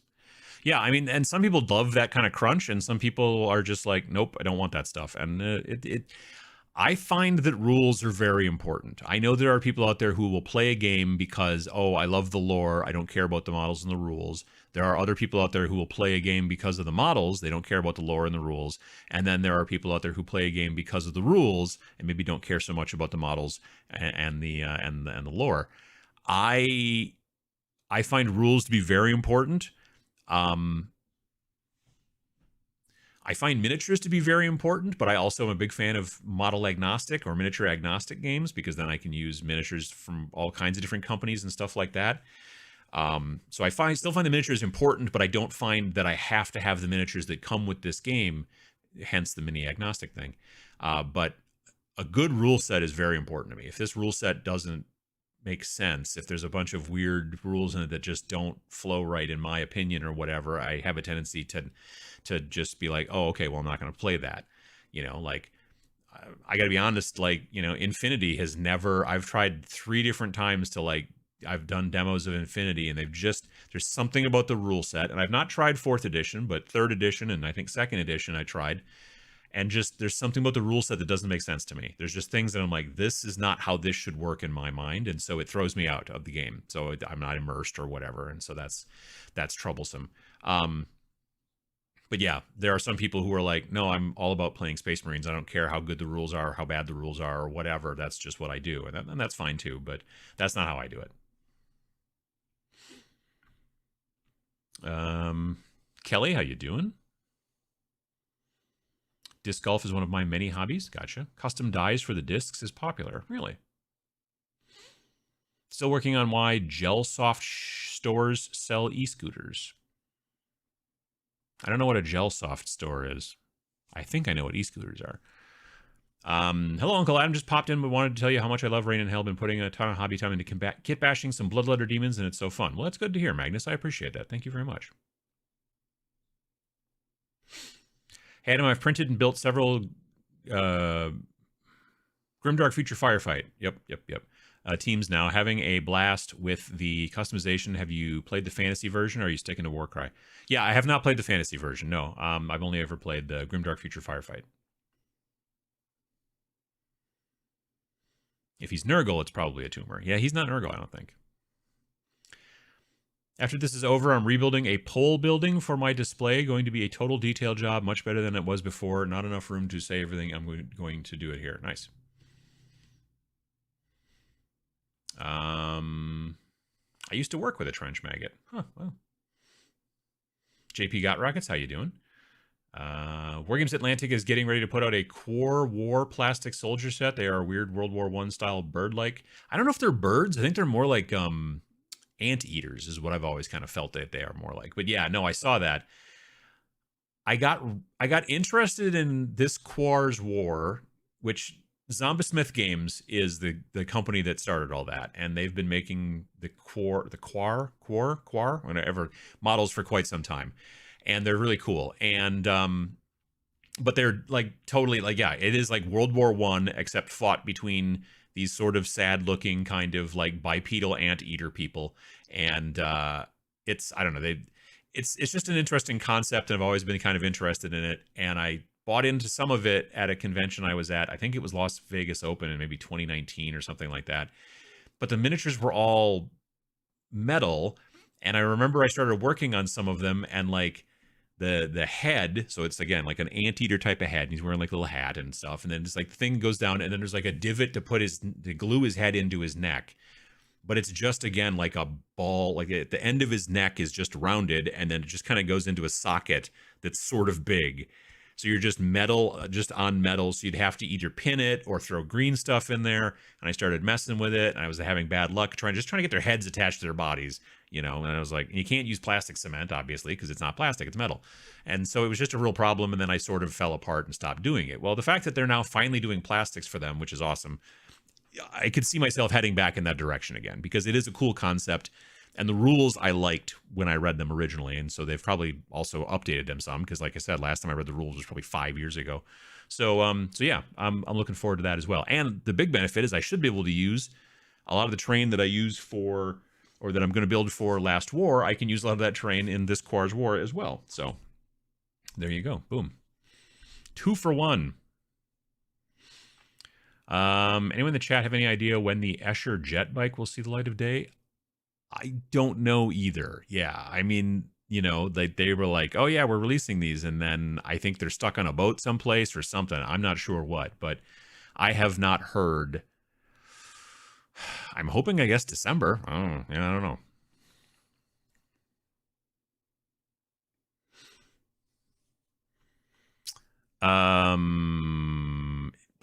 But they're trench warfare with simple tanks and artillery. What? Who? You ever use the Target brand paints on minis? Mondo Llama? I've never heard of those, no. I didn't think I was good enough for Elden Ring either, but it was the most enjoyable gaming experience I've had in a long time. Oh, nice. That's pretty cool.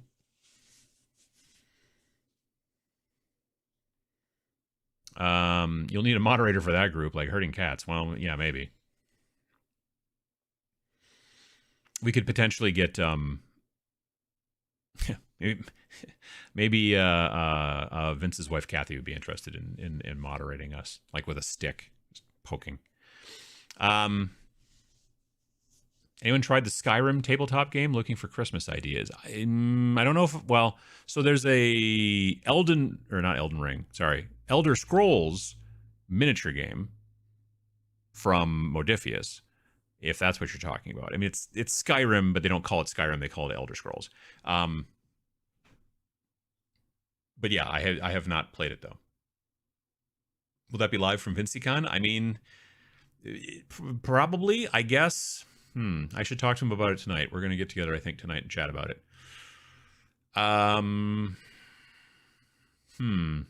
Because one thing would be to change the schedule a little bit again, which would be annoying, but then it wouldn't happen on VinciCon and on Christmas. You see what I'm saying? So if we shifted it again, yeah, let me chat with him tonight about it. We'll figure it out. Have you tried the Drowned Earth tabletop game? Peter at the Esoteric Order of Gamers has made a few videos on it. It looks interesting. I think I watched a demo of it at some convention, potentially some time ago. It might have been Gen Con, maybe pre-pandemic. So I'm vaguely familiar with it, but I don't know a ton about it. I built like 50 models over the last couple of weeks. I'm trying to get my brain over the super high detail Nurgle I've been painting to remember that my Black Templars are way simpler to paint. Sure, sure. I thought it was more like a Caterpillar construction crane with a huge armored box containing a howitzer in place of the crane box. I don't know what that's related to at all, but that's pretty cool. Any thoughts on using black contrast paints over metallic zenithal highlights for that slap chop army paint? I mean, I wouldn't use Black Legion. Black Legion is far more opaque than Black Templar, but using Black Templar over opaques, especially if you could maybe, if you could, I don't say water it down a little bit, but if you could definitely knock a little bit of that off, thin it a little bit with some of that contrast medium or something like that, that could actually be kind of cool, because then you would get like a metallic black almost, you know? Which is the best white paint? In my opinion, it is the white paint from Monument Hobbies, which is called Bold Titanium White. It is literally, I bought that one bottle at a convention to try out Monument paints. I'm like, well, because I've always felt like if a company can make a good white paint, they can probably do fine on the rest of them. If their white paint is no good, that's an indicator on the rest of the colors, because white's hard to do. So I bought a bottle of it at, I think, Las Vegas Open 2019. And then I came back the next year and they had a booth again at Las Vegas, because they're based out of Arizona, so it's pretty close for them. And I did not buy it there, but I prepaid for it and ordered it, and they shipped it to me, like the entire rest of the Monument line.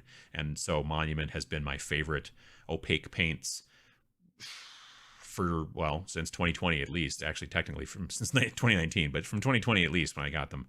Yeah, they're my favorite paints.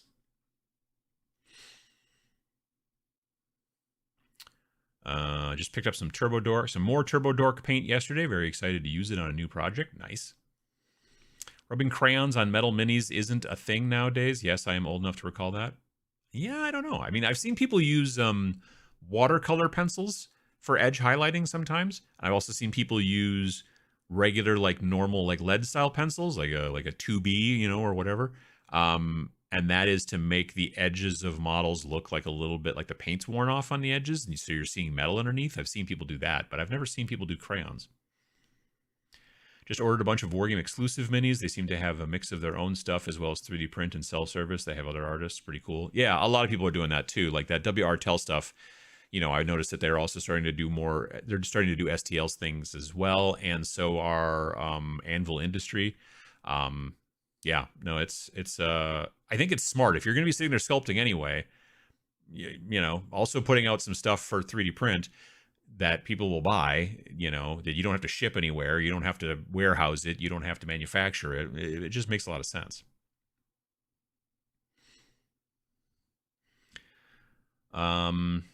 I still use straight builder's sand and thinned white glue on my bases, along with bits of tank bits cut to appear sunken in the terrain. That's always a fun. I like doing that. Or skulls and skeleton bits. Yep. Gel Soft Gel Blaster toy weapons. Some stores also sell e-scooters. E-scooters are electric scooters. Well, I got that part, but I didn't know what Gel Soft was. It's like airsoft, but with like gel. Huh. Weird.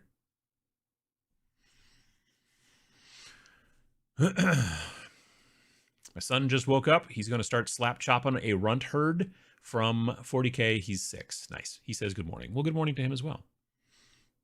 Zombie Smith also has lots of minis that would be great with Space Station Zero. Yeah, no, you're not wrong. They had another game that was like a sci-fi game that was pretty cool. I can't remember what it was called, but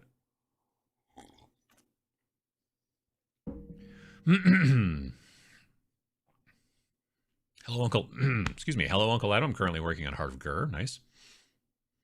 Uncle Adam, this is a weird question, but would you recommend Oshkosh as a good place to live? I've been looking further and further out from Milwaukee because home prices are dumb here. I like it. You know, I've been here since I was 4. And so, yeah, when I mentioned recently that I think it was in Friday's video that I've lived here for nearly half a century. It's been here a long time. I think it's a good place. I think Sam has a preference for Appleton, which is a little bit north of here. And he lived here for a while and then he's moved back to Appleton. But, yeah, I mean, and you're right. Home prices are considerably cheaper generally. I mean, they're not as cheap as they were. I think, 2008 and all that kind of stuff, definitely lowered a lot of home prices. We happened to buy our house in 2010, so that was at probably a good time. But right now things are probably a little bit higher, but they're probably going to go down again a little bit. So, you know, but yeah, it depends.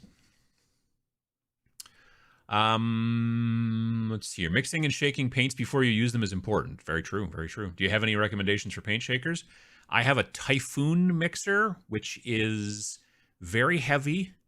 It is very powerful and was probably a touch too expensive. Well, I mean, it's not like the guy basically, and he sells them, I think, on eBay. He buys these things like used, takes them all apart, redoes all the insides, repaints them, does the whole thing, repackages them, and sends them out. And they're nice, but excuse me.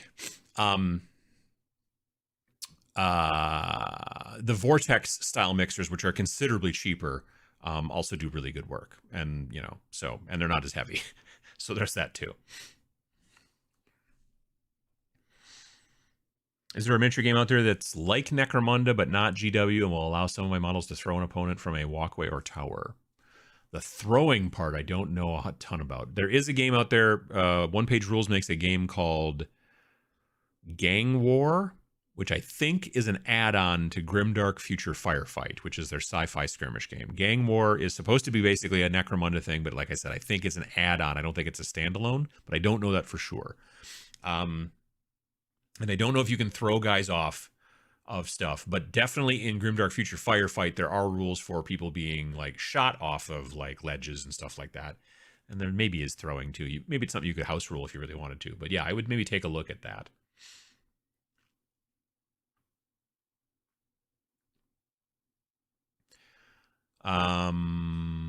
Let's see here. Why would you use any other craft paint in the US when Apple Barrel exists? I don't really use craft paint too much. I have a tendency to use paint design for miniatures because of the size of the I was going to say pixels, but that's not right. The size of the particles, the pigments. Craft paints. I use craft paints on terrain very frequently because it's a lot cheaper and terrain has a tendency to be bigger. But yeah, craft paints have pretty big pigments, which when you're putting them on a guy who's only this tall, it makes things look real chalky and stuff like that. So I have a tendency to use more. I mean, I got to be honest. I'm getting to the point now where I'm pretty fussy about texture a lot because I do so much painting where I am, you know, doing an airbrush thing and then putting contrasts and washes over the top, which are super, super, super thin, obviously, compared to even like, you know, stuff like regular opaque paints. So yeah, one of the reasons why I really like the Monument opaque paints is because they are very dense, but also very smooth. I don't know how they do it. Some sort of crazy magic, but yeah. I saw there was a Kickstarter for tabletop version of the Last of Us video game. Maybe might be the one that'll trick my daughter into this hobby. Nice. I mean, those kind of games, you know, that is part of the idea to some degree. I mean, that's not what they make them particularly. They make them because people who like the video game might be like, oh, cool, I'll buy this if they're already in the hobby. But sometimes it does the same thing where it becomes a gateway game where someone is like, I like this video game, so I'll buy this Elden Ring board game that has miniatures in it. And then maybe they'll be like, at some point, I'm like, well, these would be kind of cool to paint, you know, because I saw people painting them online, that kind of stuff. So sometimes that works. It heads people down that road. Let's see here. Elder Scrolls Call to Arms is a great game, and there's a ton of minis and terrain on Etsy to supplement it. Asgard Rising is an amazing 3D printed range for Elder Scrolls. That's pretty cool.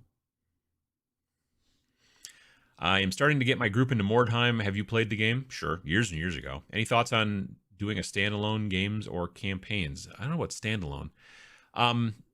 We always had the issue with Mordheim where there was like we had a lot of house rules because there were like certain forces that we were just like, yeah, nobody gets to play this force because they're overpowered and unbalanced, you know, and then there's this and that. And so it is kind of important in that game, especially since it's at this point kind of old. It's very important to maybe understand that you're going to probably need some house rules, and that's okay. Just as long as everybody kind of agrees and everything, it makes sense.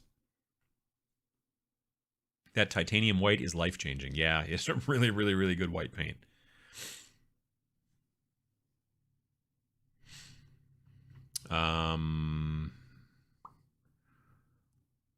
Let's see here. Sometimes you like to pick a product up and hold it in hand and buy it in person. Sure, sure.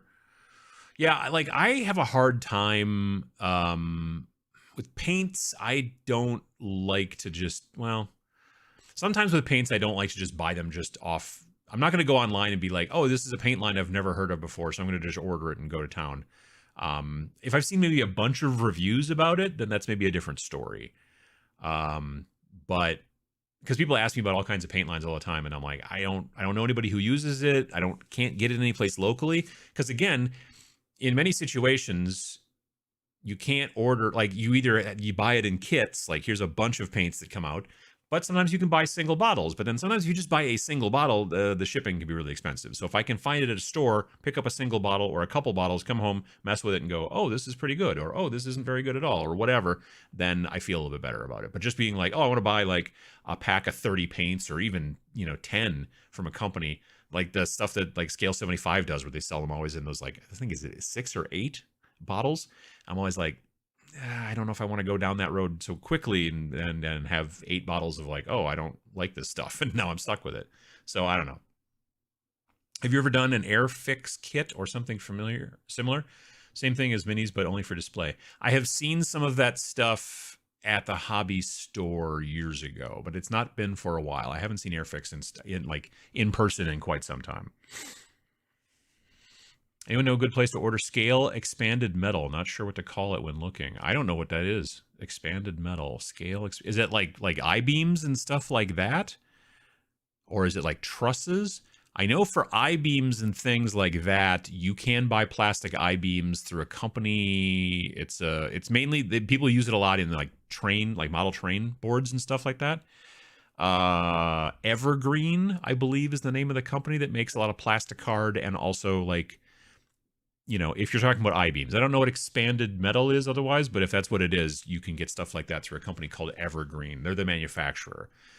You can usually find it at like places that sell model train stuff. So if you have a Hobbytown USA or something like that sells model trains, they very probably carry Evergreen stuff as well. I believe it's called Evergreen.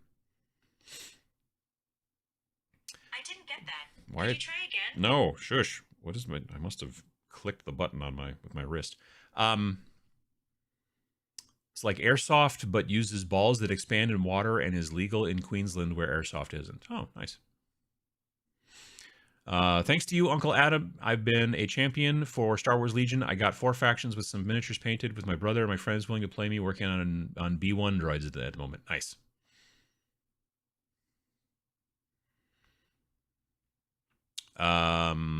Let's see here. Sam was very vocal of his dislike of Oshkosh. Yeah, it's, different strokes for different folks. For paint mixer, go buy a Sawzall from a garage sale. Or a Sawzall, I bet you is what you get a full blade, clamp, or tape your... Yeah, I've seen people who use jigsaws. They'll use like a jigsaw, and they'll take like the smallest little bar clamp that they can get, and they will have to grind it down even a little bit so that the end of it fits up into where the blade for the jigsaw would go. And then you just have this clamp, and you put a bottle in there and you clamp it, and then you go like this, and then it wiggles it back and forth a lot. That's fine. Yeah. I've also had a friend who used a tabletop jigsaw, and he, like, there's the blade goes up and down, but there's like a thing on the side kind of that goes up and down with it, and he like maybe hot glued like a pill bottle to it or something like that was big enough that he could slide a dropper bottle inside, and then put the top on of the pill bottle, and then turn it on and bounce it up and down, all that kind of stuff. You can do that for sure. The little vortex mixers that you get on Amazon are maybe $60, and you plug them in, and they're very nice. So that's also a thing too.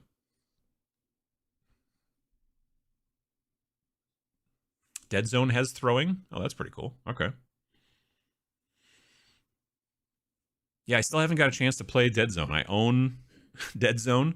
I bought into the original Dead Zone, built the terrain, built Plague versus Enforcers. We were going to play it at Adepticon one year. I brought all the stuff. I set it all up. We had had a little bit too much to drink, and the rules were confusing to us because we were a little bit befuddled, and then we didn't play.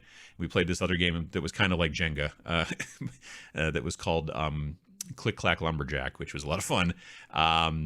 It was a little bit more our speed at that particular point of the evening. And then I bought second edition rules when they came out and then never got a chance to play. And now third edition rules are out and I own those as well and still have not really got a chance to play. So I'm kind of surprised they've updated the rules so many times in that period of time. But, you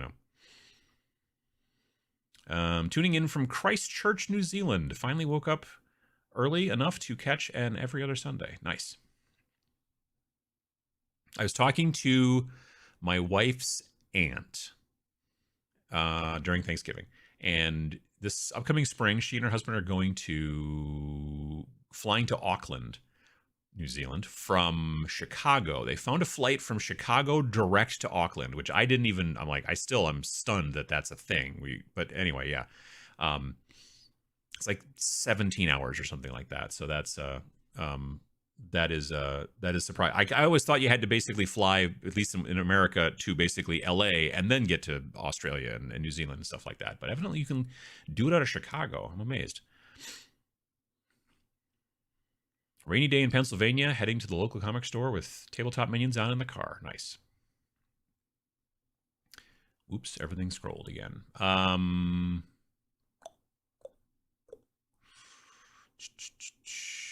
Where did it go? Okay. As a rule, I never shake the Citadel paints. Wash is fine, but shaking the paints leads to falling the lids so they cannot close properly, leading to early drying out and to waste.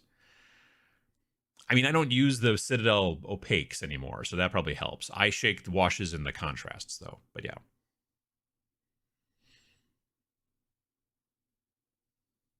I was meaning craft paint for terrain. Oh, sure, yeah. Like I said, I used craft paint for terrain. Yeah, yeah. You knock people off in Warcry. That's true. Yeah, that's true. If you're looking for sci-fi, that's not going to work. But yeah, in Warcry, you can definitely knock people off of stuff and whatnot, for sure.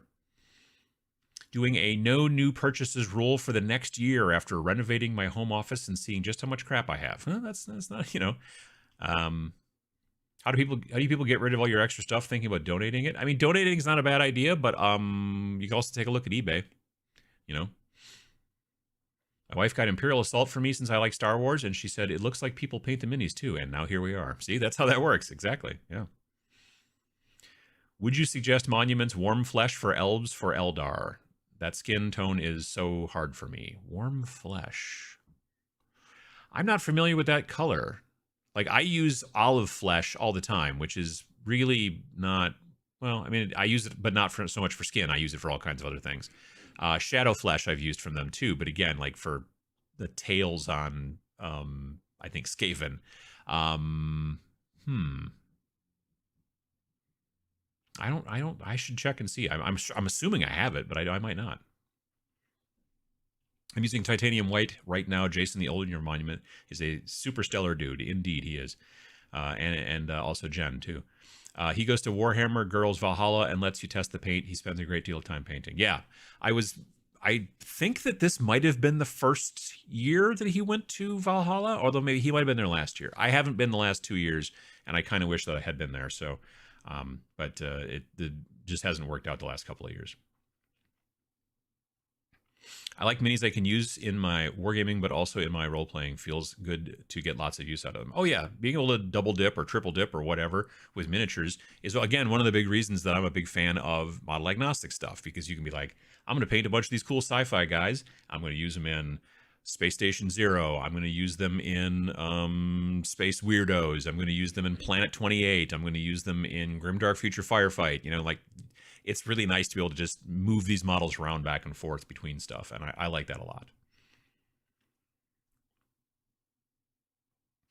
I found Vince's guide to paint really useful, and it saved me a lot of money. Vince is very smart. Squidmar did a comprehensive review on paint lines. It's worth checking out. Nice. I use Pro Acryl pretty much exclusively now. I keep a few paints from other ranges, but I am starting to sell all the unused ones. I mean, for opaque paints... It's pretty much exclusively Monument. When I find, because I don't like to blend colors, I don't like to mix colors. It's just a thing. when I can't find a color from Monument, then I have a tendency to pull it from Army Painter, because Army Painter's opaque line is 120 or 130 different colors. So they've got a lot of different colors. But those are like the main two and then Vallejo, I use some of their colors for certain things here and there. Again, the opaque ones, non-metallics and stuff like that. As far as like transparency type paints go, it's for me Citadel washes. I use those predominantly, the old ones as well, not the new ones as much. And then contrasts, I love using contrast paints all the time. I use Army Painter speed paints. They almost all constantly just sit in my airbrush room because they're already in dropper bottles. So it's really easy to be able to put them into my airbrush and then spray them over like as a bit of a filter or whatever. Whereas I've done that in the past with contrast paints, but you have to get it out of the pot and into it's kind of hard. Whereas dropper bottles are actually great for that. But I don't use the dropper bottle paints nearly as much for normal painting because I want to just dip my brush into the pot and then put it onto the model. And I just don't like... So yeah, like I don't like washes in a dropper bottle, but I don't like regular paints not in a dropper bottle. It's kind of weird.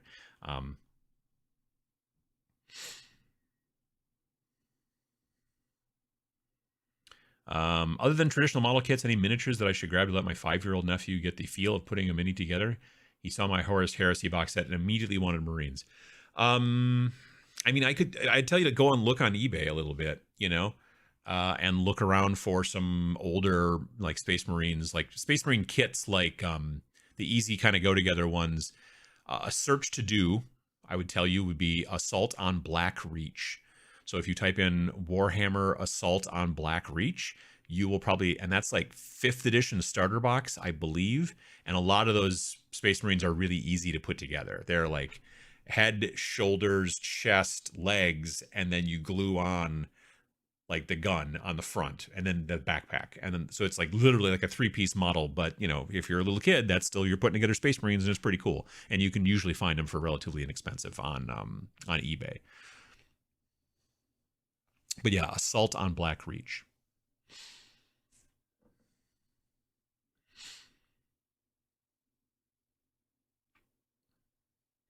I have a jigsaw and a bar on a tiny clamp, fits right in the blade slot, and then you just lock it in place, maybe $15 on the shaker rig. That's pretty cool.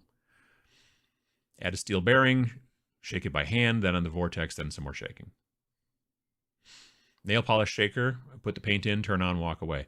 Yeah, those can be kind of cool too. I've heard of those. I think my friend Matt has one of those. Oops, everything scrolled again. Let's see here. I got an Amazon Vortex mixer for Father's Day one year, and I'm a big fan of what it does for paint texture. Nice. Marvel Crisis Protocol has throwing on specific characters as a special power. Yeah, that's true. That's true. I found a Vortex Thinger on Amazon for $38. Think I'm going to move on that. There you go. Hello from Ireland. Did you back Mutant Year Zero?